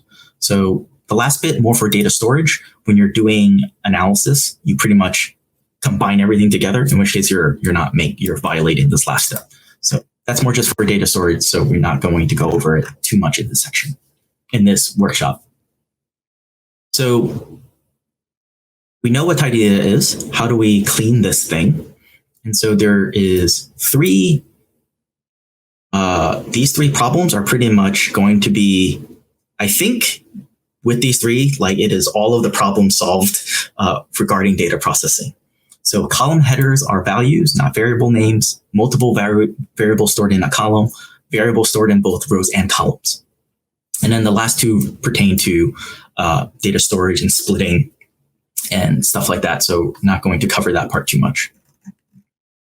So I'm going to go over the examples in the paper, and then we will literally do them in Python. So this is the first data set we're going to load. It is the Pew Research Center. For every religion, they conducted a survey and they asked people what their religions were and kept track of the family income and gave a count for those results.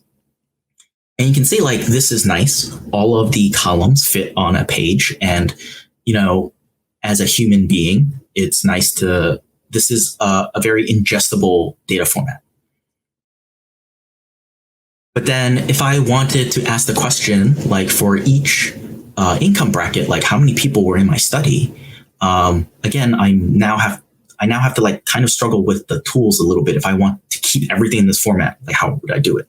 Right? You can imagine in Excel, I would create another row down here that's the sum of everything above, right?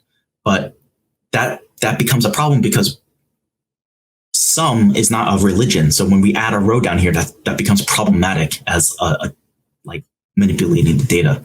So what we're going to do is we're going to convert our data into something like this. So essentially, we're going to do a pivot of sorts, and we're going to have three columns: a column called religion, a column called income, and a column called frequency. And then we can ask those questions of hey, for every income, how many people do I have per income bracket, disregarding religion? Or for every religion, how many people do I have, right? And those are group by operations that we can do. So let's work on that first example. This is a new notebook, so we're going to say import pandas.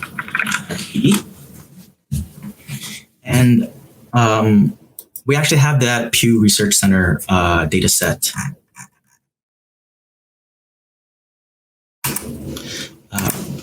in the repository. So the first problem we are going to solve is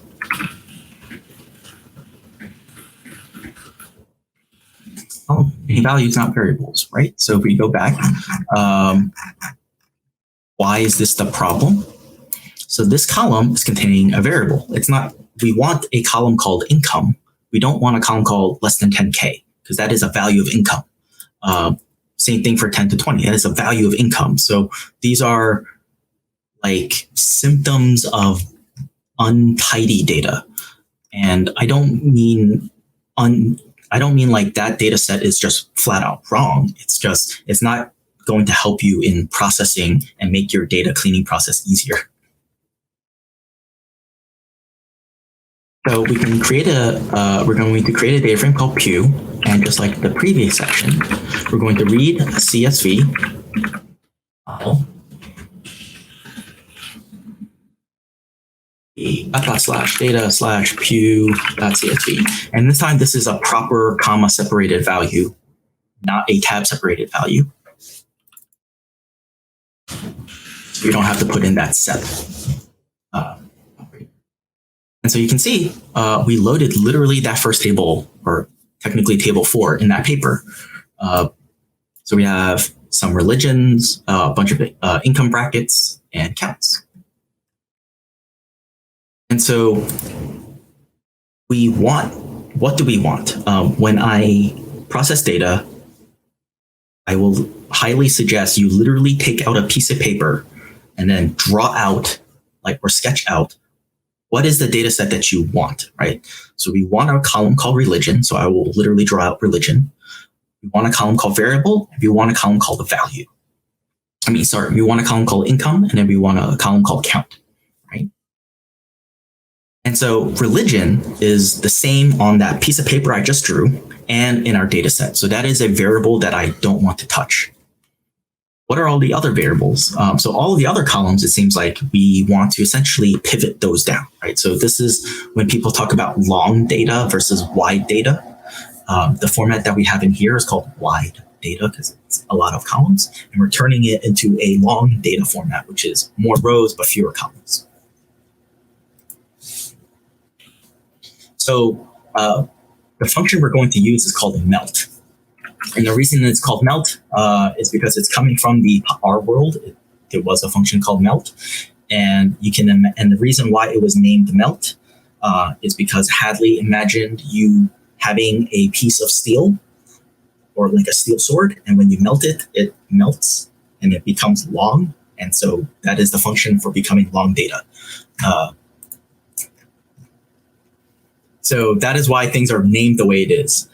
So we can say q.melt.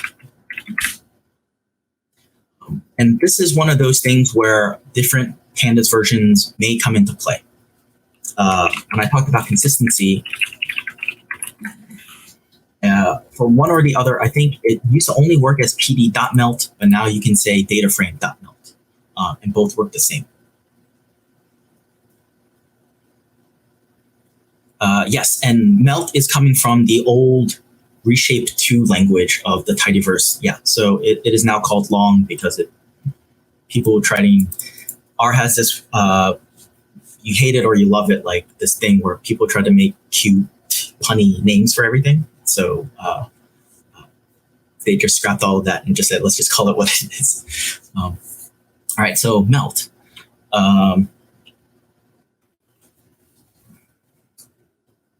I'm going to hit Shift Tab, and we can see all the parameters that melt takes. The first parameter is called ID vars. ID vars is essentially when we drew out that paper on our computer, all of those variables that are the same in our original data set and our current data set, that is the ID vars, right? So that's another way of saying, like, these are the columns I do not want to touch. So we can say ID vars equals, and I can put in quotes as a hint that you can pick multiple columns. The way this function works, because you can imagine, like, let's say this had like 1,000 columns, and like the only column I didn't want to touch was religion, and then all of the other columns I wanted to pivot down, right? It makes no sense for me to like write down all of the 999 columns. So by default, whatever you put in ID vars, anything else not mentioned will go into value vars. And you can work the other way around. Like if it's easier to specify the columns you want to melt versus the columns you want to stay static, specify value vars, and then everything not mentioned will go into ID vars by default. And you can do a combination of both, and I think that will end up dropping columns, but do not quote me on that. Yes, this one simple command called melt literally tidied up our data, right? This turned our data set into something that is nice. But since we're in the process of cleaning our data, let's make the column names make actual sense, right? So I'm going to copy the same code. And you can see, like, by default, if we look at the value name is value and var name is none. I don't know why they just didn't call it a variable, but it gave us two column names, and by default, they're called variable and value. And so if we're in the process of cleaning our data, let's actually like make our column names make sense too, or like as well. So var name equals income, and then value name is equal to count. And that's same melt command, but now we have like sensible column names that we can work with. And Q ID, we can call this our tidy version, and now we have our nice data set. And this is nice because we can now do something like group by income, take the count, and then dot sum, right? And we can literally like get the sum of everything that we want. Or if I wanted to use dot ag, we can use sum that way. Let me just type this. Or we can say import numpy as np. And we can also sum things up as np.sum. Right, so that all does the same thing. And you can see why, like, transforming data into something that's tidy all do the same thing. Yeah, I typed that very quickly because my main point is these all do the same. So that is the benefit of having tidy data, right? You can perform these aggregates much faster, and you get nice DataFrame objects or series vectors back, and that helps you, move along in your data analysis pipeline.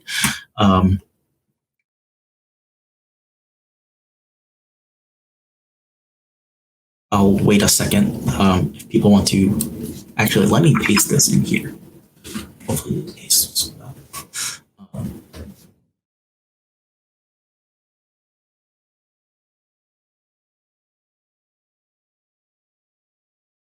Okay, so let's work with another data set that has the same exact problem, but more of it, right?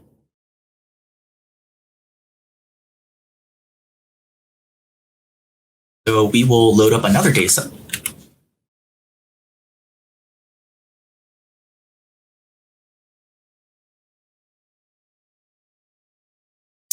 So if you end up getting a error, it is because you either didn't save the melted data set, or I manually, when it did the pivot, I turned the variable and value columns into nicer, prettier names called income and count. And I did that with the var name parameter and the value name parameter. And so if you're missing stuff like, oh, I can't find a column, either you didn't save the melted data frame, or you didn't change the column names during the melting process. And so when you're doing that group by, it's like, okay, you told me to find income. I don't know what that is.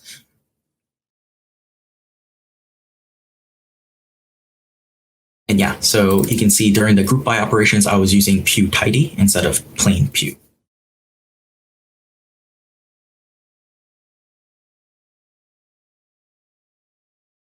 So next data set.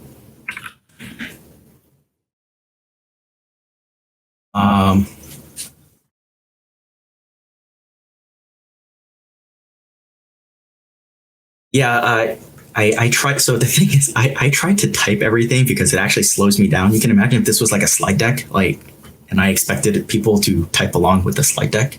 But yes, if I am typing too fast while I am talking,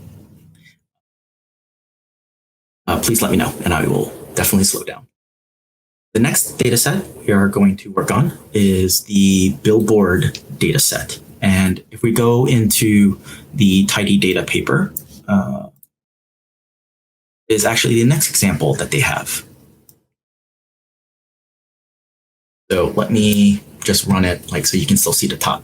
So this is the next example. We have a billboard data set, which is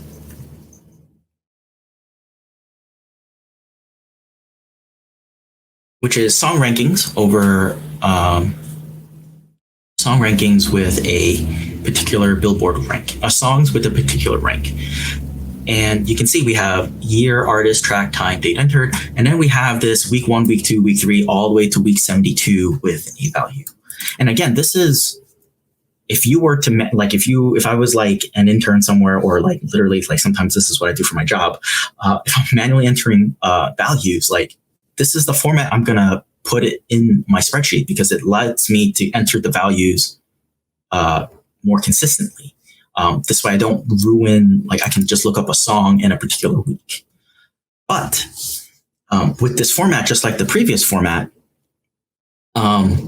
what if I wanted to ask, like, for every week, how does Billboard rankings change over time? I can't really answer that question very easily in this data format, right? So I take out my piece of paper and I was like, okay, I know week 1 to 72 is a problem. And so what do I draw out as the final data set that I want? Well, I want a column called year, artist, track time, date entered, then another column called week number, and then another column called rank or something. And so that lets me know, like, okay, so this step that I want is actually this melting step that we just did, right? So actually, you also come to realize that most of your data cleaning problems will be fixed with melt. Usually going the long way, not the wide way, but wide does come into play sometimes. So we're going to melt all of the columns that's like week 1 to week 76. I think that's the actual number.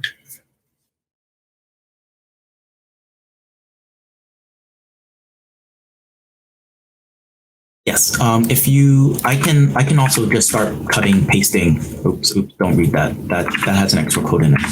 I can start copy and pasting things I type.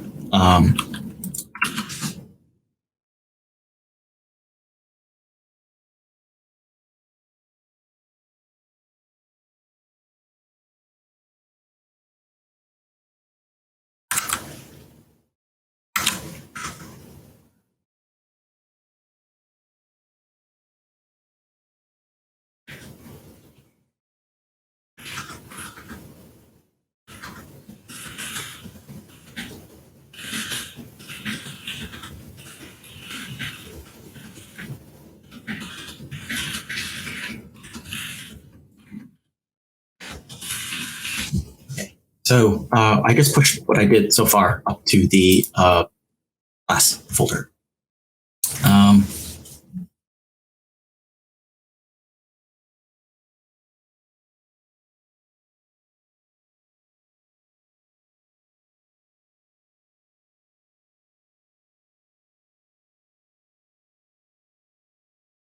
So let me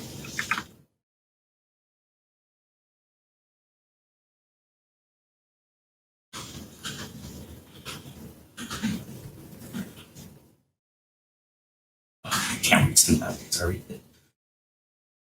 Okay, so okay, next break I will push up the next notebook that I will be using beforehand. So we'll hold on tight. So for Billboard, we can load up our Billboard data set. And we can look at head of our Billboard, and you can see that this is exactly the same format of the data set that we have in that paper. And we will use the same exact command as before. So we have billboard melt. And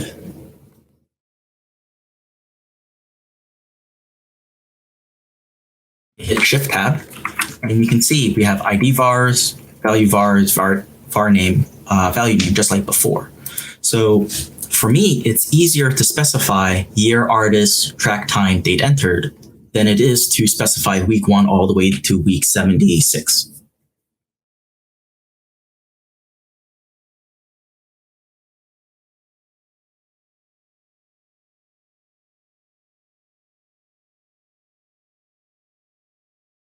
So the first thing we're going to do is say ID vars, because it's easier to specify those columns.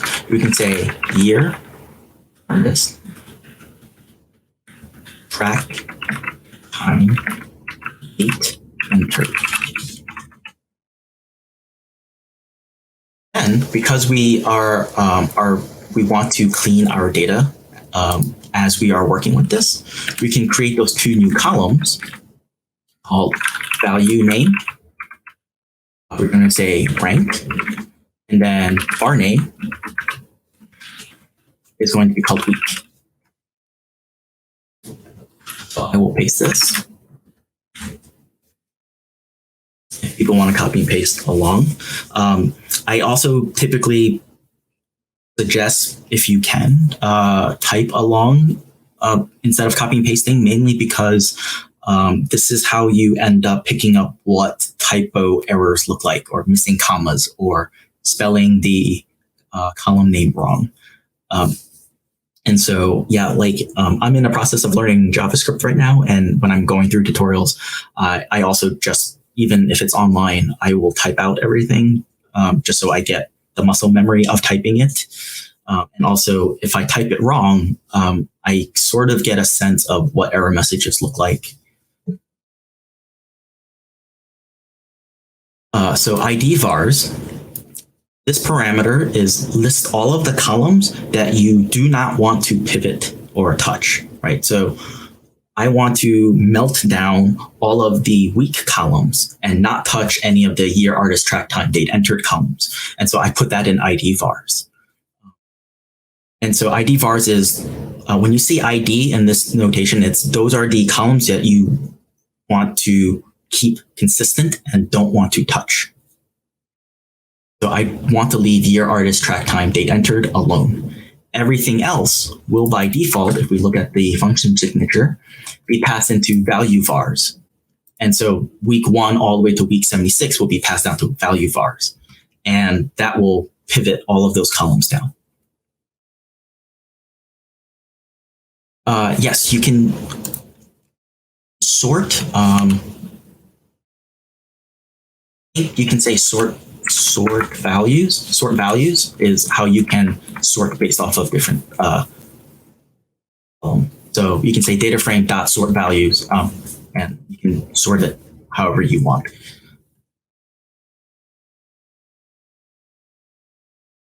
So now we have our nice, clean data set. And we can, again, ask the question, how does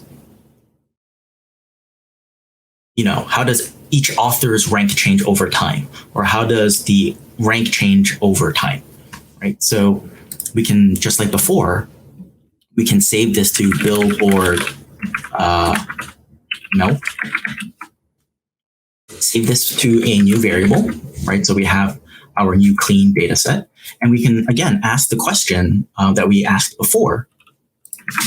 We have billboard melt. We can say group by. So let's say artists, we care about their rank. And we can look at their mean, right? So we can see, like, for every artist, how does their average rank change? And this isn't necessarily like a good thing because there's so many weeks, so like you assume song rankings will decrease over time, but this might give you a sense of like, hey, maybe these artists have like a lot of like top hitting songs for a longer period of time before they drop off.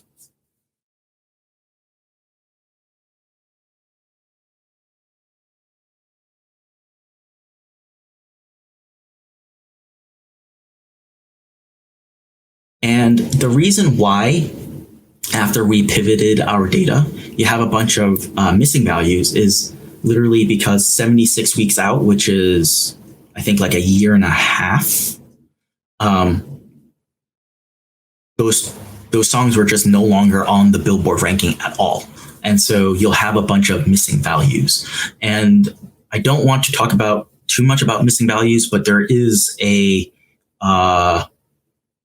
like drop missing function that, like, if any observation in the row has a missing value, just like completely drop the row from your data set. And that's something that you can do.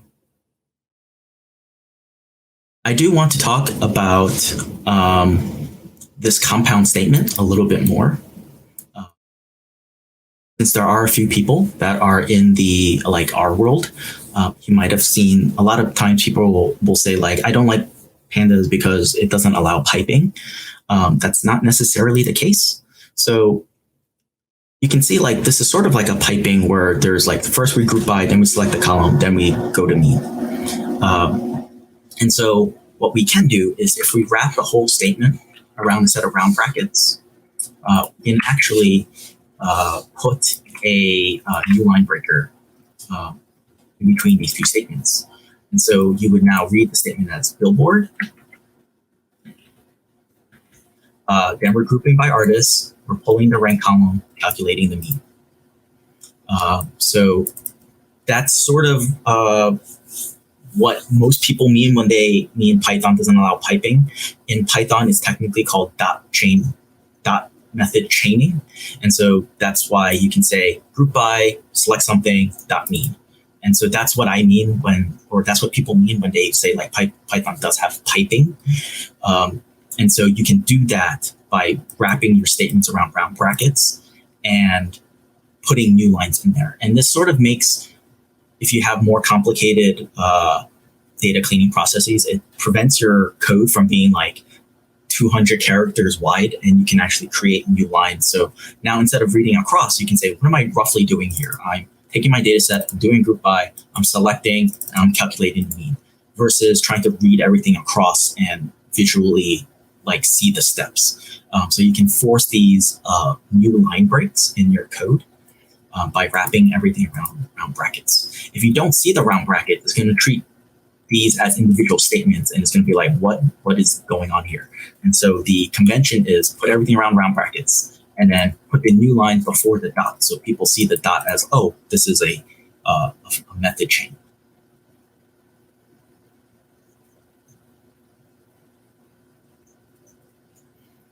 Where do the values rank come from? So when I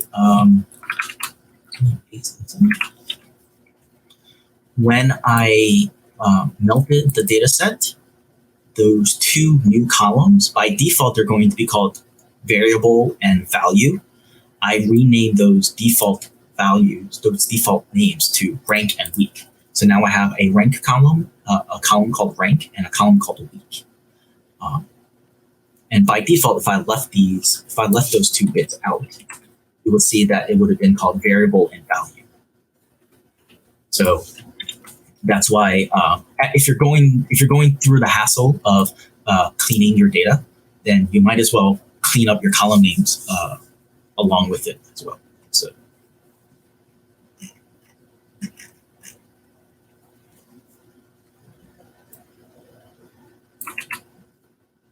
Okay, so I pasted in code for the next data set we will load. Let me just run that. I will scroll it up there so I can pull up the paper again.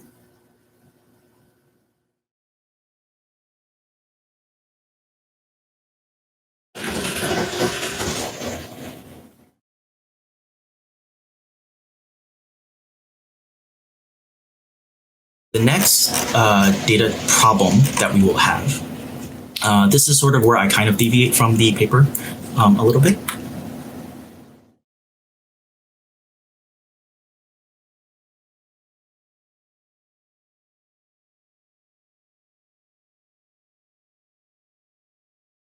This is the next problem, which is your columns contain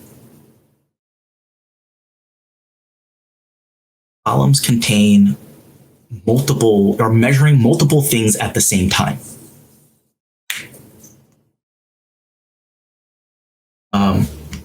So this is one example that's super popular when you look up any type of health data set. So what does this look like? So for a given country, this is, I believe, TB case counts, tuberculosis case counts. So for a given country and year, we have a bunch of columns for a count.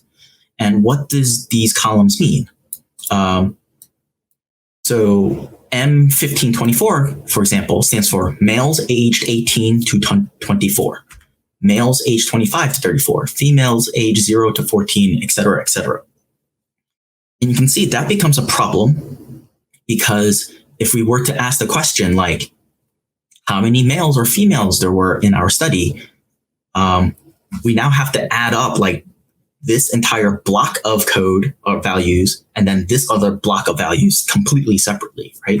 Like this value 2 is the country year for males aged 0 to 14. And it's that number, you can't tease out the gender from the age group right now. And that becomes a problem when we're working with data, because now we can't run a group by. How do we group by age bracket, or how do we group by gender completely separate without the other one? And so this is another really common data problem But again, if I'm entering data, if I was like the person in the field collecting data, I would literally ask them like, okay, what is your gender? Male. What is your age group? Okay. And I would put a tally. So data, when you get data sets, there's almost always a reason why it's in that format. And it's because it was useful to someone at some point in time, right? And when we get it as a data scientist or someone analyzing data, it's not useful for the computer to run statistics on. And so most of our time is going to be getting data into a format that a computer wants. And so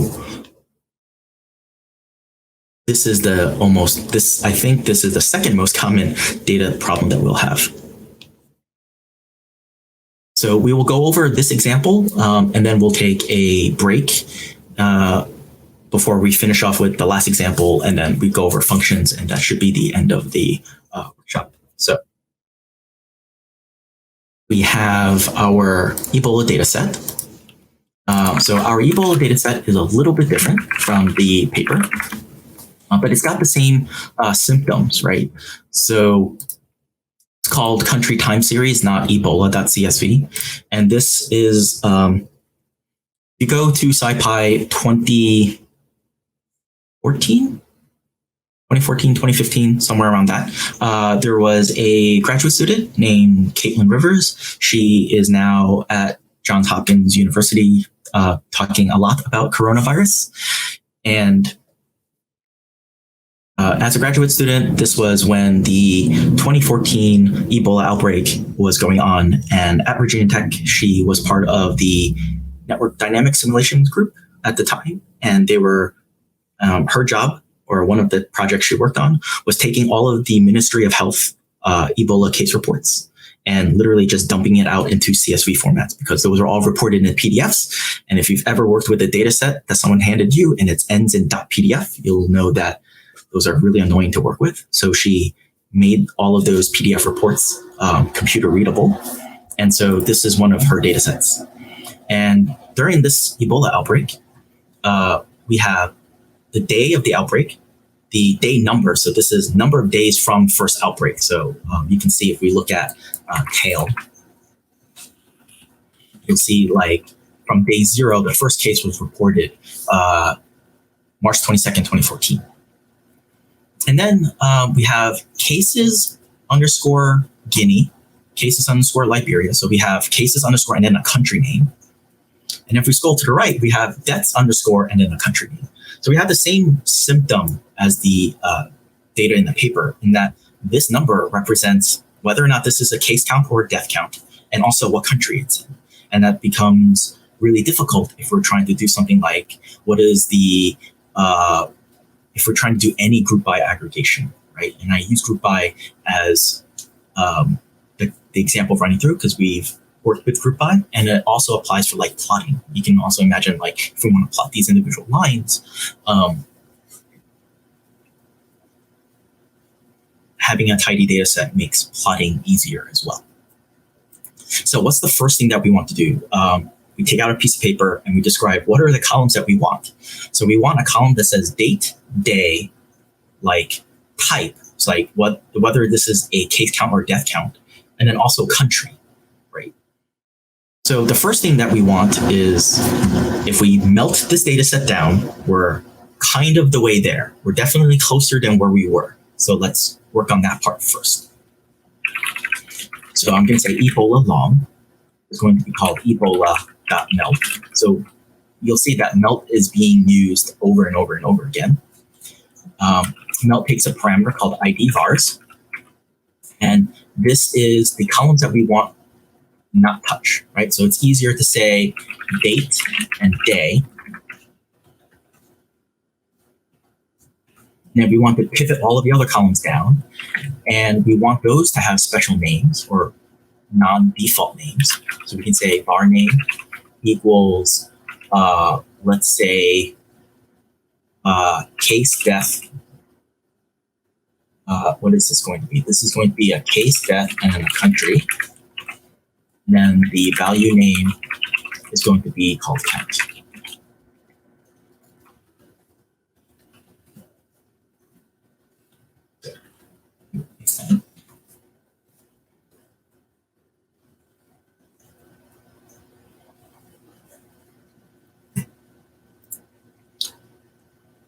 right? So far, this is exactly the same type of code that we just wrote, right?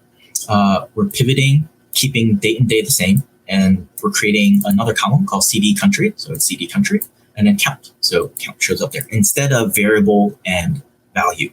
Right? We're just picking sensible names. So from here, we actually are most of the way there. This count represents whether or not this is a case or def, and then a country. And so if I were to just ask you right now, like, okay, given this string, case underscore Guinea, how would you clean or process this column? And you might say, well, it seems that underscore is strategically placed to separate out the case count with the country. And you're actually right. We can actually use this underscore to literally split our string to get those two components, right? So what will this look like? If I have something like SciPy underscore 2020, right? That is our string. There is a built-in Python string manipulation method called split. And there is a link, there's a big piece of documentation there. So let me go back. So remember just with like the billboard data when we had week 1 to 76, or with the Pew Research data where we had income from under 10K to something else. When we used melt, anything that wasn't specified in ID vars all got pivoted down into a row. And so our cases Guinea all got pivoted down. Cases Guinea, cases Liberia, cases Sierra Leone, they all got pivoted down into columns. So if you look at like dataframe.info on both the before and after, you'll see that one had like 121 rows, and then the other one now has 1,900 rows, but the number of columns are different. So it's not, like Michael said, it's like transposing a table, but it's not just transposing a table, because a transpose is literally flipping rows and columns. So this is actually a data transformation. So that's why it's more in tune to like a pivot table, but you're unpivoting a table essentially. So here's a toy example of what's going on. We have SciPy underscore 2020, and we're essentially going to say split by the underscore. And then we have these two components. We have the left component, which is going to be SciPy, and the right component, which is 2020. So we can literally say, like, give me the first part, which is just SciPy, and give me the second part, which is just 2020. And we can essentially do the same thing on our column, right? If we split on deaths underscore Mali, and we get the first component of it, the first index of it, we get case count, death count. And then the second part is country.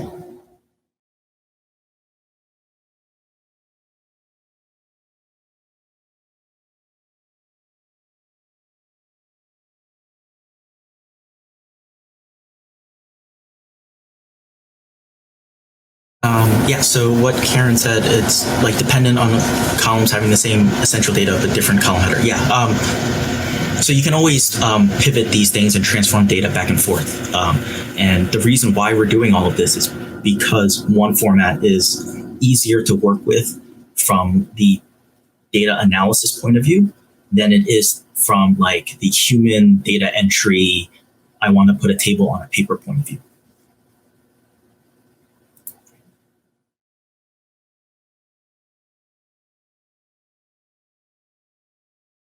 So how do we go through this process, this splitting process in Pandas?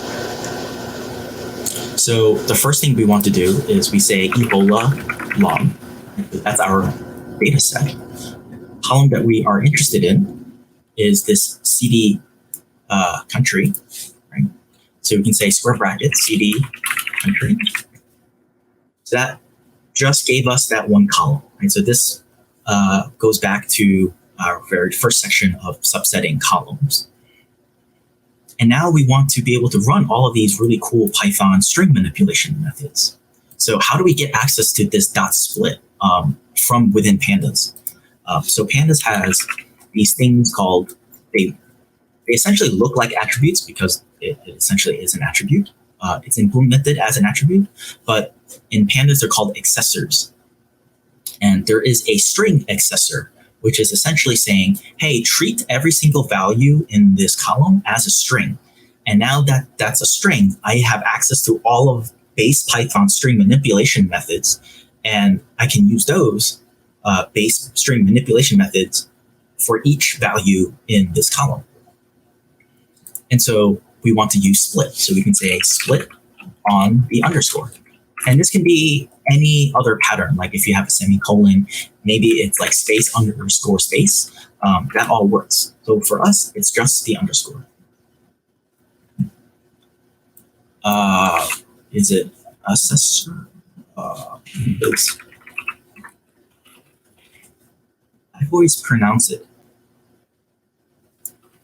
like assessor. Yeah, I might have just been pronouncing that wrong my entire life. Sort of one of the perils of reading out loud is you say things wrong in your head because you're reading to yourself, and then you have to say it out loud and you realize things are just wrong. So assessor, yes. So we can run split. Now we can see we get the same exact result from up here in our simple string case, but it worked. If you have to write for loops, like most of the time when you work in Pandas, like you should not be writing for loops because you pretty much want whatever you want done to every value in a column. And so it makes Pandas operates in data analysis in general.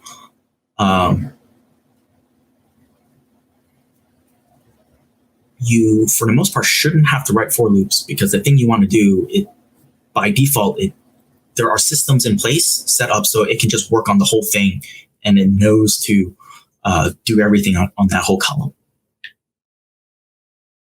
So we now have each one of these components. How do we get like the first thing out of it? Or how do we get the second thing out of it? So we now have to go back into string accessor mode again, right? Because this is a series. So we can say var split.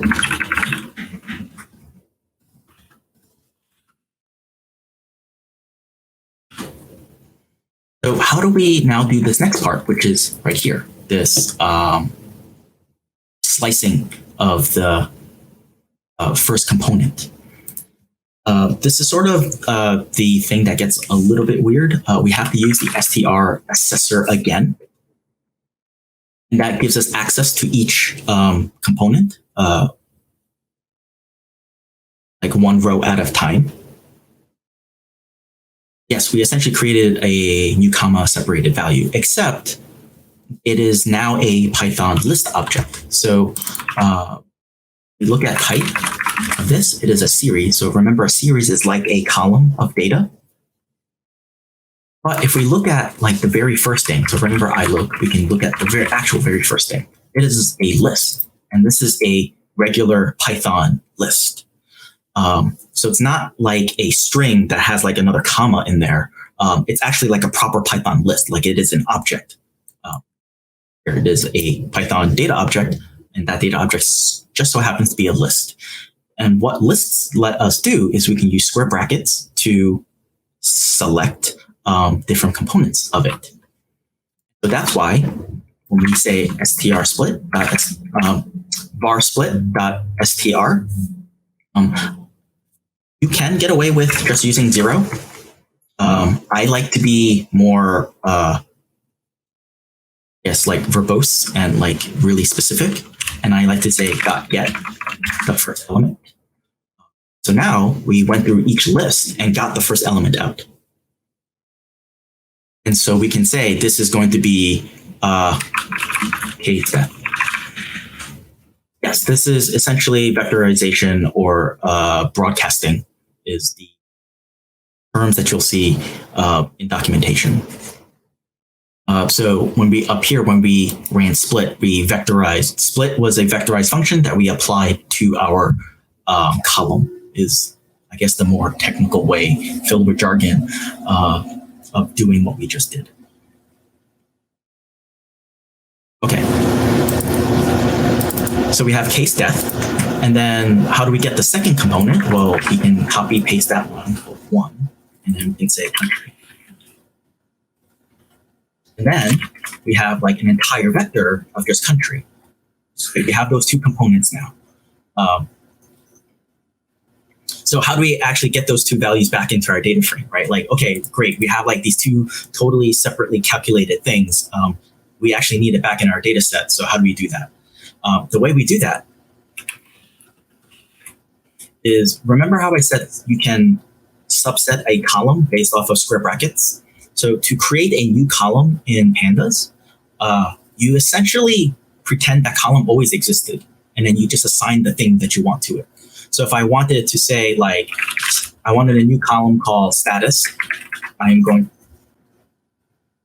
to give it the value case death. I can do that.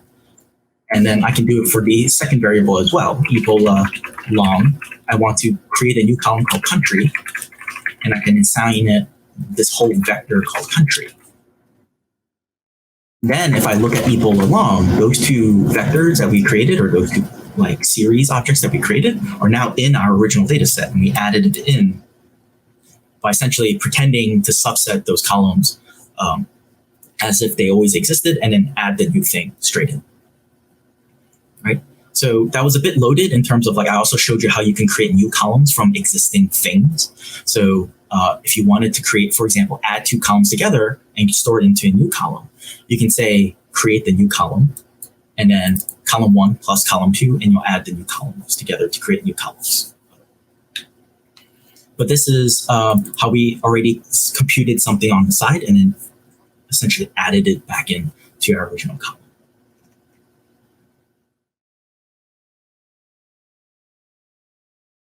There's actually so that's more or less the manual way of doing things, getting each component one at a time. If you do have, like, hey, I have this whole entire data frame and this other data frame, and I kind of like want that calculated one inside the original one already, we can do this all in one step as well. Yes, you can use the DataFrame.drop command. So let me show you how you can delete a column. So you can say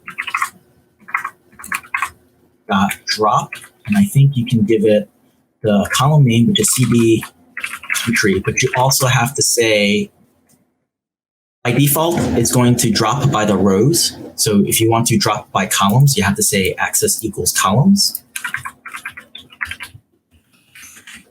And it will load.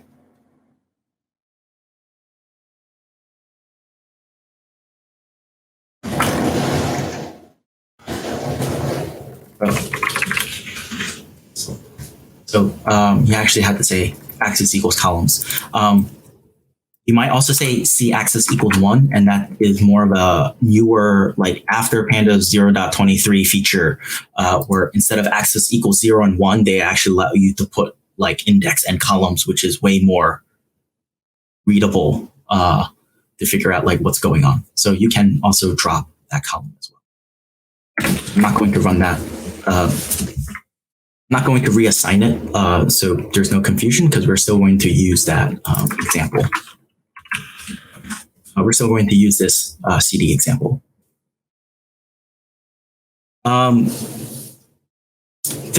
isn't a way to,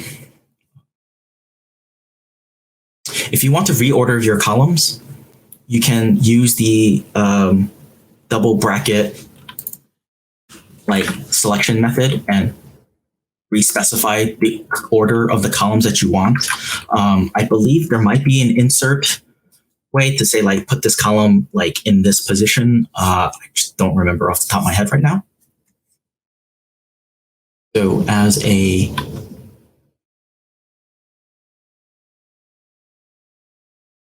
this is the code for making Ebola long.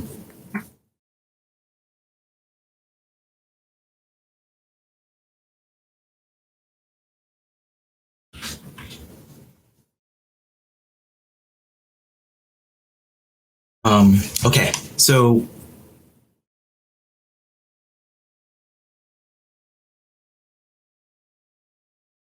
for the sake of time, just move on to the next example. The other one was just how you can shortcut some of like a little bit of this by doing it all in one step. But so the next example is what happens when data is in both the rows and the columns.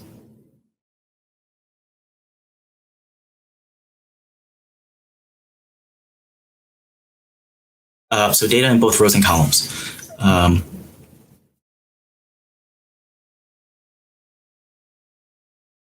We have our weather data set. So I will paste it in here for people to type.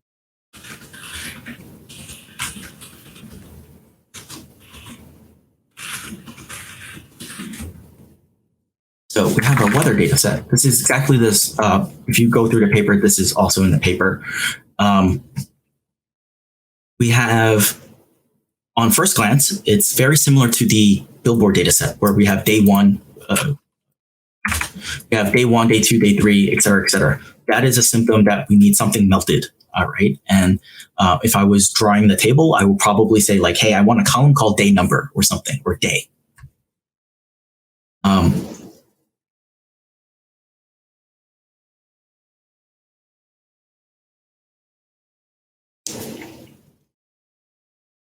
So as a sort of a shortcut, if you want to see it, within string.split, there is a extra parameter called expand, and you can say expand equals true, and it will split it in that step in one go and give you a data frame back. That was asked. I will put this bit of code in here for the sake of real, but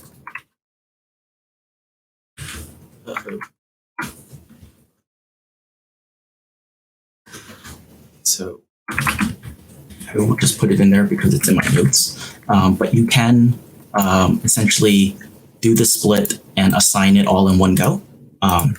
And I just won't go through the mechanics of exactly how that's working out. It's very similar to if you want to create a new set of columns, just pretend it always was there. So, so this data, weather data set, it's very similar to the Billboard data set that we just saw. So the first thing that we want to do is melt our data and keep the ID, year, month, element columns. And we want everything else pivoted into a day and temperature value. So we can do that. Like I said, like most of your data processing is going to be using melt. And so most of the time, that's probably what you're going to be doing. This is what the weather looks like. And we are going to pivot down or melt down the ID column. We're going to keep in place the ID column, the year column, the month column, and the element column. We're going to create a new data frame called weather log. Look at this data set. That's pretty much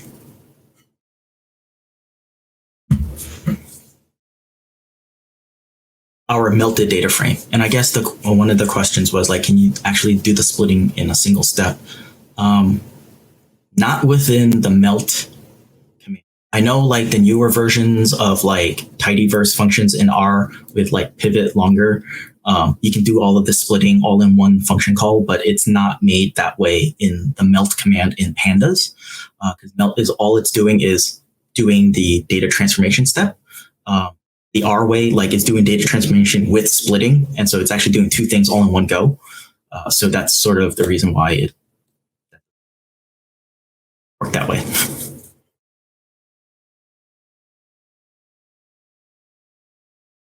So we have this data that's melted, and for the most part, like you might consider this to be tidy, and it for the most part it is. But here's one of those: how do you? That last bit was having variables stored in both rows and columns, right? That first part was variables being stored in columns, right? So that's why we did that first pivot. But how do we know when variables are stored in rows? If you do have like this long data set, one of those symptoms is if you have a lot of repeated values. So if you ever like, and again, like maybe you collect data this way because it's easier to input. If you have a bunch of values that are all the same, except for like one thing, this has a bunch of missing. So let me say, what's it called? Drop duplicates. I think it's called drop duplicates. It is called drop underscore. Not called drop duplicates. I'm trying to drop missing. Okay. If I just wanted to look at this data set, you'll notice that for a given ID, year, month, and day variable, like those are all repeated, and the only thing that's changing is like this one value for element, right? If you ever end up in a situation where you have a bunch of values being repeated, this is the symptom of having data being stored, variables being stored in rows. For the question, the weather data set is in the data folder called weather_CSV. So we melted our table, and that's fine. And then we noticed that like, okay, this has a bunch of duplicate data, and like you were someone working with databases, that will make you like unhappy. But this also is like, if we look at a particular row, like each observation, like what does it mean to be a row? It's supposed to be a unit of observation. And that unit of observation is, for us, is supposed to be like some temperature reading for a day. So we really want like ID, year, month, like day, and then temperature, or really the minimum temperature and the maximum temperature. That's actually what we want. But we have minimum and maximum in two totally separate rows, and that's why there's a lot of information is duplicated. And so how do we fix that part? That part is actually the reverse of everything that we've been doing. Is instead of melting, we're now turning columns into rows, pivoting a single column out into multiple columns. And so that is what traditionally in like Excel world, like that is the pivot table. And that's why in Pandas it's called pivot table. So let me fix up this column a little bit and say var name is equal to day and value name is equal to 10. Just so we have a sort of somewhat nicer columns to deal with. So we still are working with weather long. So now we have, in this particular data cleaning process, we now need to do 2 tasks.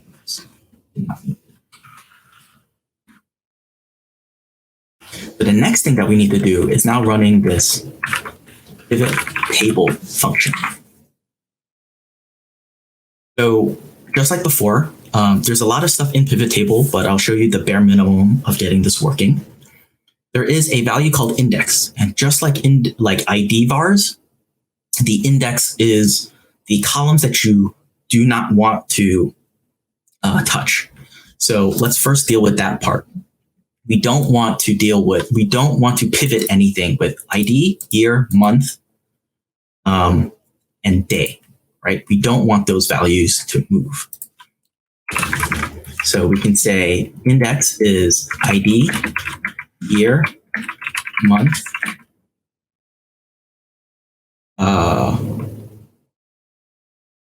and day. I believe if you change the order here, you'll also end up swapping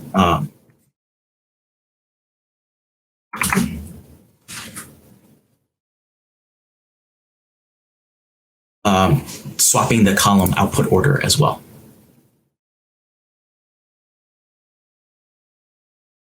So now that we have the, yes, there is a way to say the ones that you do want to pivot. And this is the next part that we need right now. So the next thing that we need, there's a parameter called columns.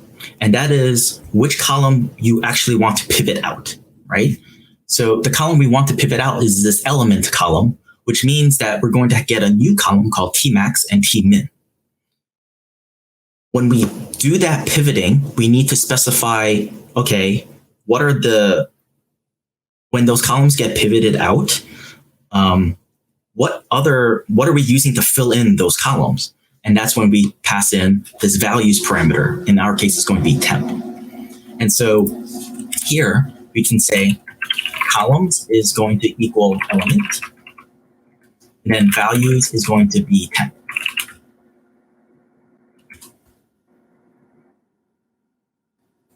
So this is the full command that we just run. And so what it did was it kept ID, year, month, and day the same, pivoted out the element column, and so we now have two new columns called tmax and tmin. And then the values it's using to populate the rest of the table is this column called temp. There's a lot of other things going on in here. So you can see by default, there is a aggregation function. And by default, it's doing mean. There's a simpler version of pivot table, and it's called pivot.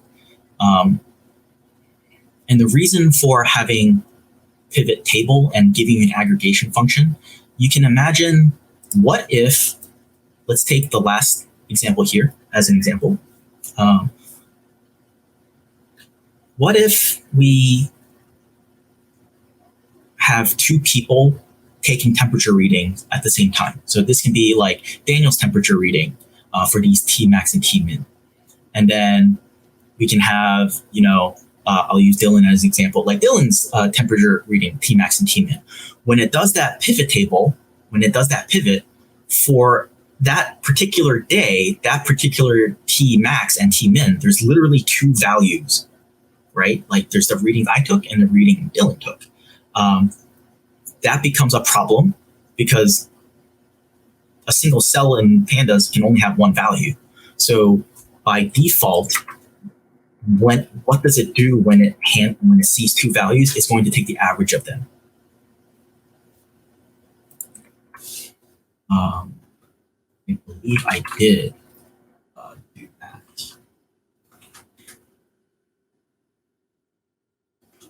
This is the pivot. So by default, this is when you are running pivot table, know that if you do have duplicate observations somewhere, it is taking the mean by default. If you want it to actually error out if there are duplicate values, you can use the regular pivot command instead of pivot table.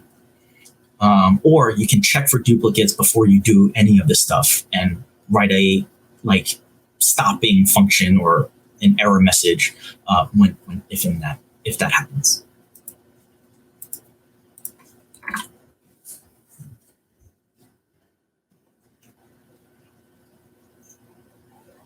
Okay, I believe this is, so let's take a very short 5-minute break. And I believe I posted everything up in the chat.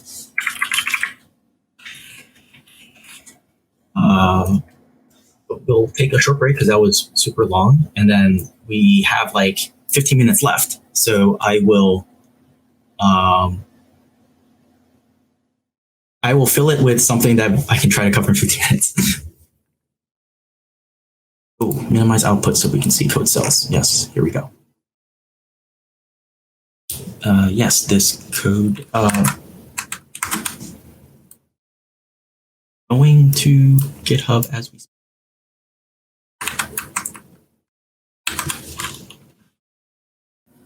Yeah, the hierarchical multi-index thing is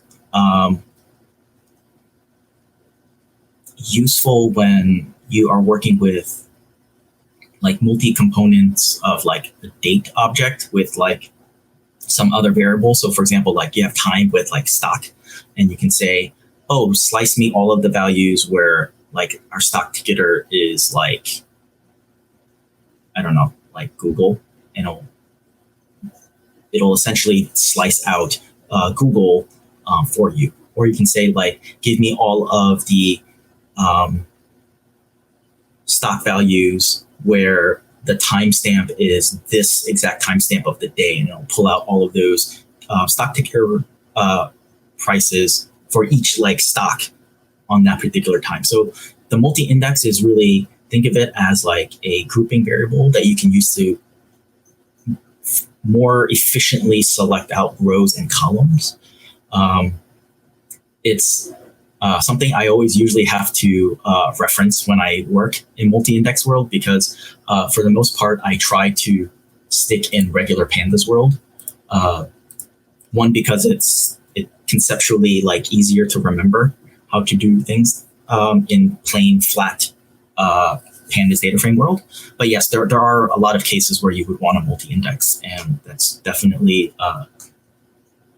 something that's not like part of an intro Pandas class.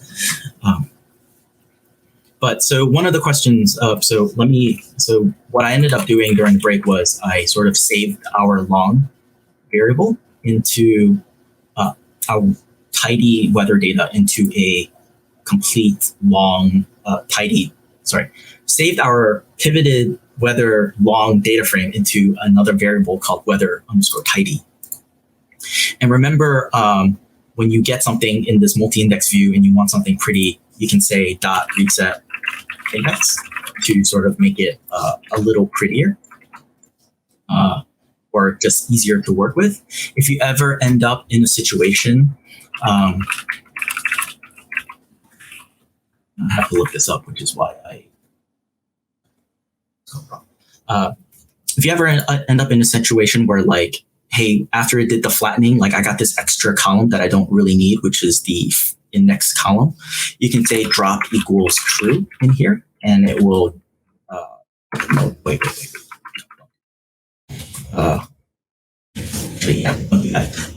That will actually just drop the indexes.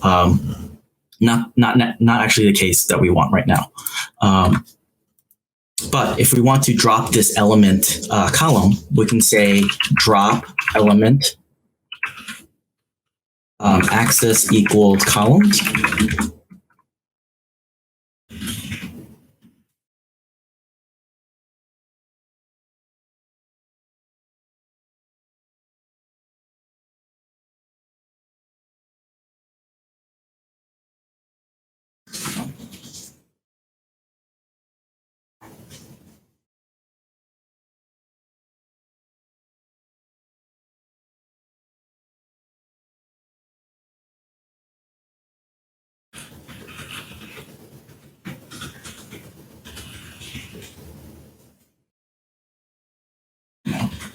Sort of not the point. So remember, you can use the sort of round brackets to make your code a little bit easier. So we can say we took weather long and wrap everything around round brackets, and we can put a new line between each dot method call. So we can say weather long, we then are pivoting our table and then resetting our index to get our data set this way. Other things, small pre-processing things that you can do to this data set is you can drop element, which I have no idea why it's not working. But one of the questions was, how do we sort values by something? So we can say sort, and we can say sort by tmin.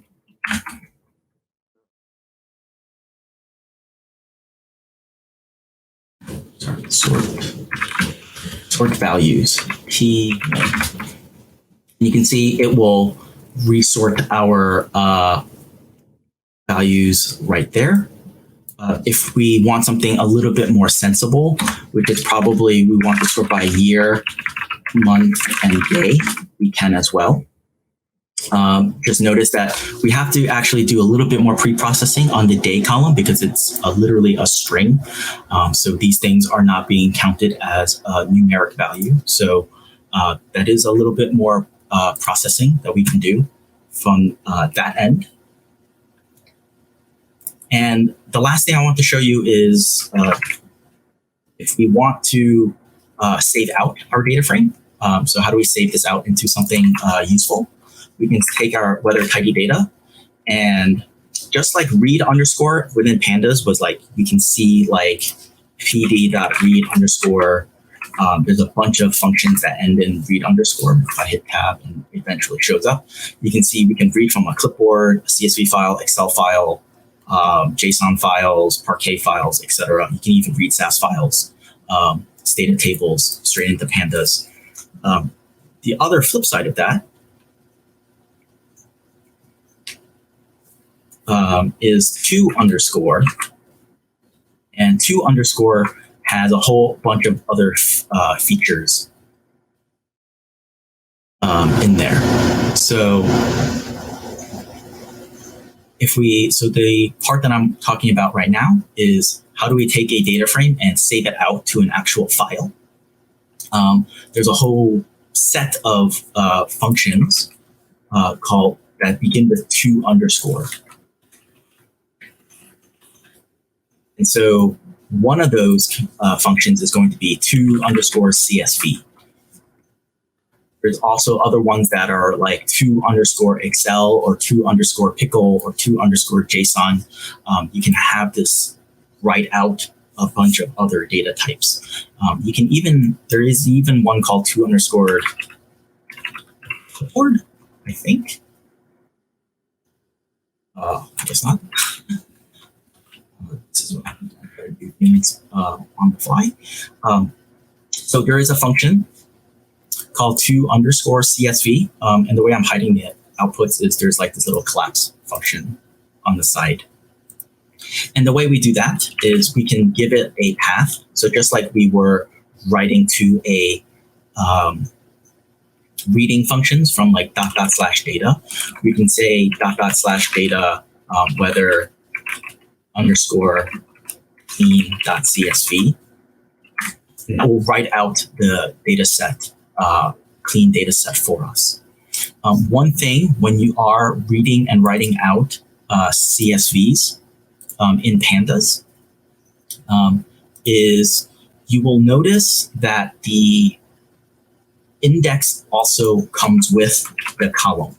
And what do I mean? That unspoken like thing that looks like a row number, but not really like a row number. Oh, that is an index named element. That's why I couldn't drop it before. So if you don't care about this set of values here, like the 0 to whatever value, most of the time when you're writing out to a CSV, you want to use the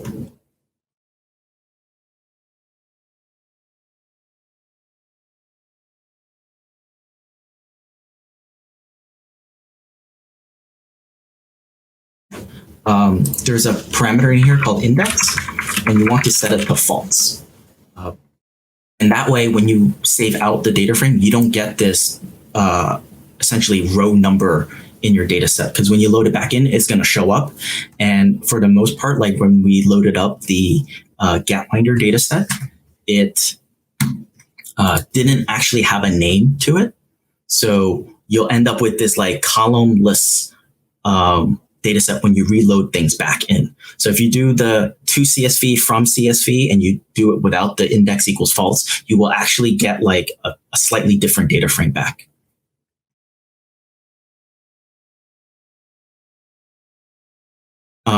Yeah, so there is a to JSON, and that's useful if you're trying to, save your data set into a, JavaScript friendly format. It's really just a Python dictionary version of the data set. And it's really what the next part in your data pipeline is. So it might not be necessary if you're working within yourself, but like JavaScript, if you're trying to work on like dashboards or something, things are usually shipped through as JSON objects. So you might as well try to clean up your data set so it's JSON compatible. So there's a bunch of other output formats in that sense.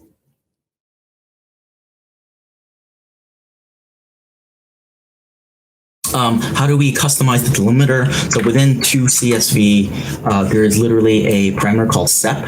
So you can say sep equals, and then I also use \t when I know there's going to be commas in my data set. You can literally make this like anything you want. So like if you want your delimiter to be like colon a round bracket for like a happy face, you totally could. Not saying it's advisable, but you might have some weird data format where like maybe you need 2 semicolons to separate your values or something. Element took the place of the index because I ended up doing this reset index command, and it's sort of a remnant of like that whole flattening process because it was hierarchical in the row, in the index and the columns, and so when you flattened it, it sort of popped up that way, and that's sort of the why. And how to get rid of it or how to change that, I kind of don't want to like stare blankly at a screen trying to look up the actual answer to that right now.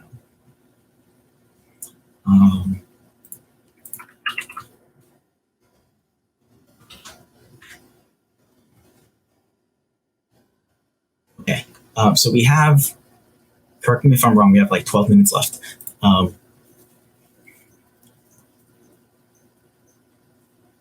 One thing, I guess this is the part I can talk about.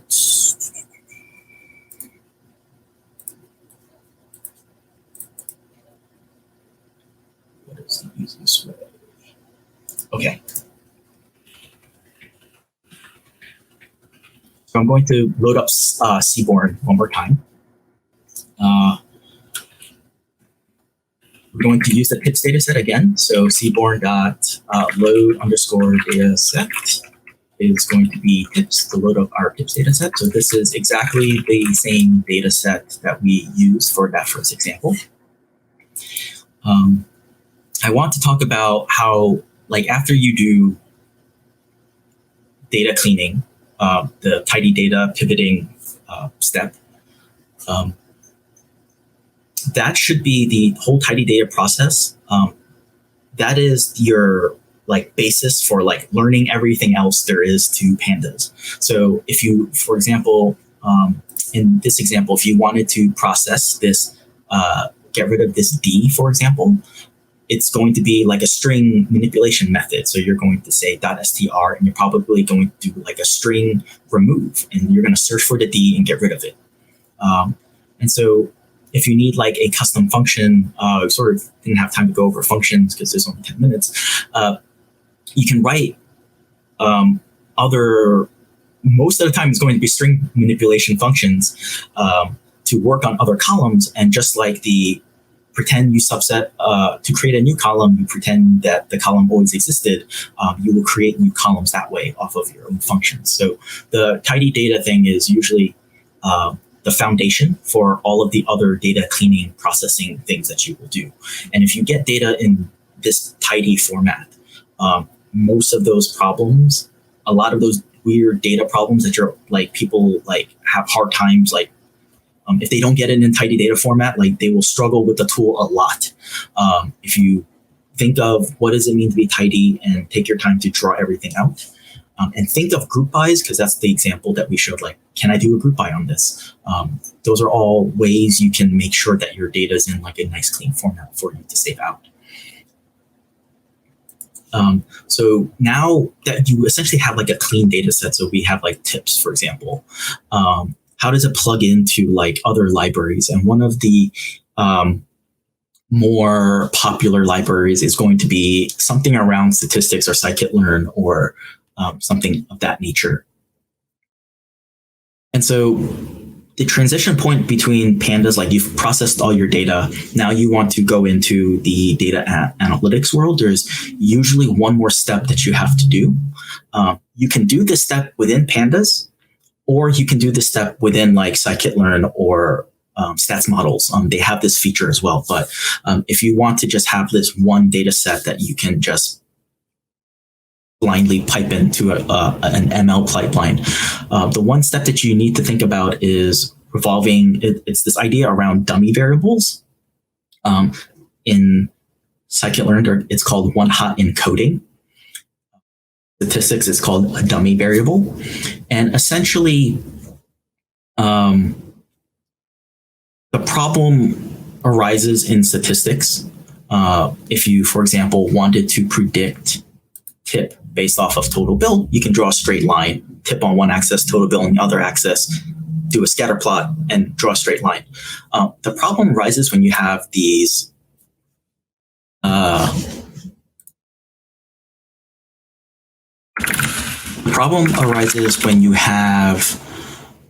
categorical variables.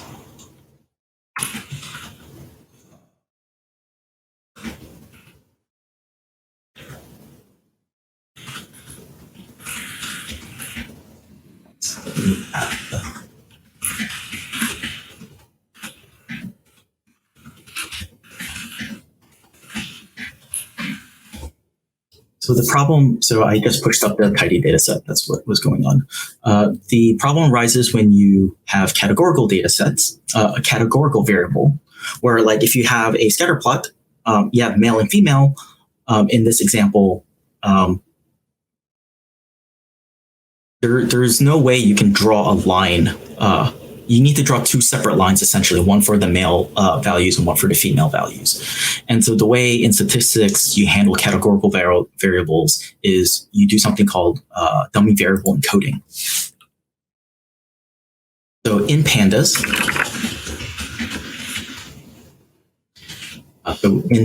as PD, there is a function called create dummies. Why is it not tab completing? Oh, it's called get dummies. And you give it a data set. And what it's essentially going to do is any column, so remember the D types, any column that is not numeric, so it's an object column, so it's a string column, it's going to turn every unique value in that column into its own separate column. And then 0, 1, which is the one hot part, one hot encode those categorical values for you. So this is, in my personal experience, this is more of an issue like in SAS, where like not every proc statement handles dummy variable encoding, and sometimes you have to do it manually. So if you, for example, need to process your data and hand it off to someone in SAS, you can just do the encoding for you this way.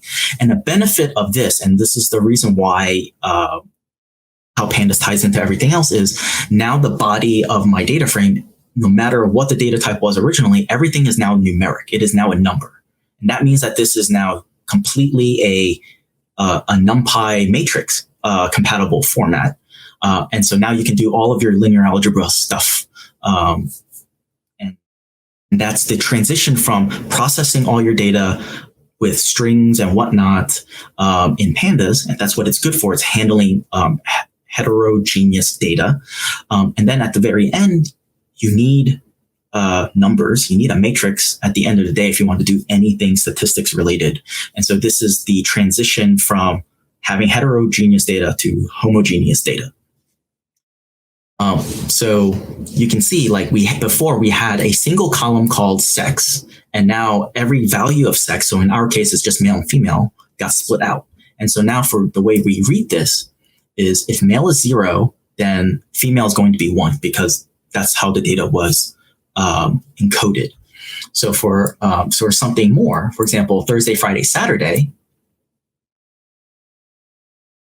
Sunday, so the day, the value that has 1, and there's usually only one value that has 1, that is the value for that response.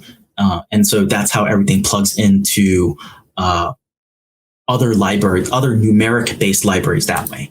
And remember at the very beginning when I said, like, how do you get the body of your data frame?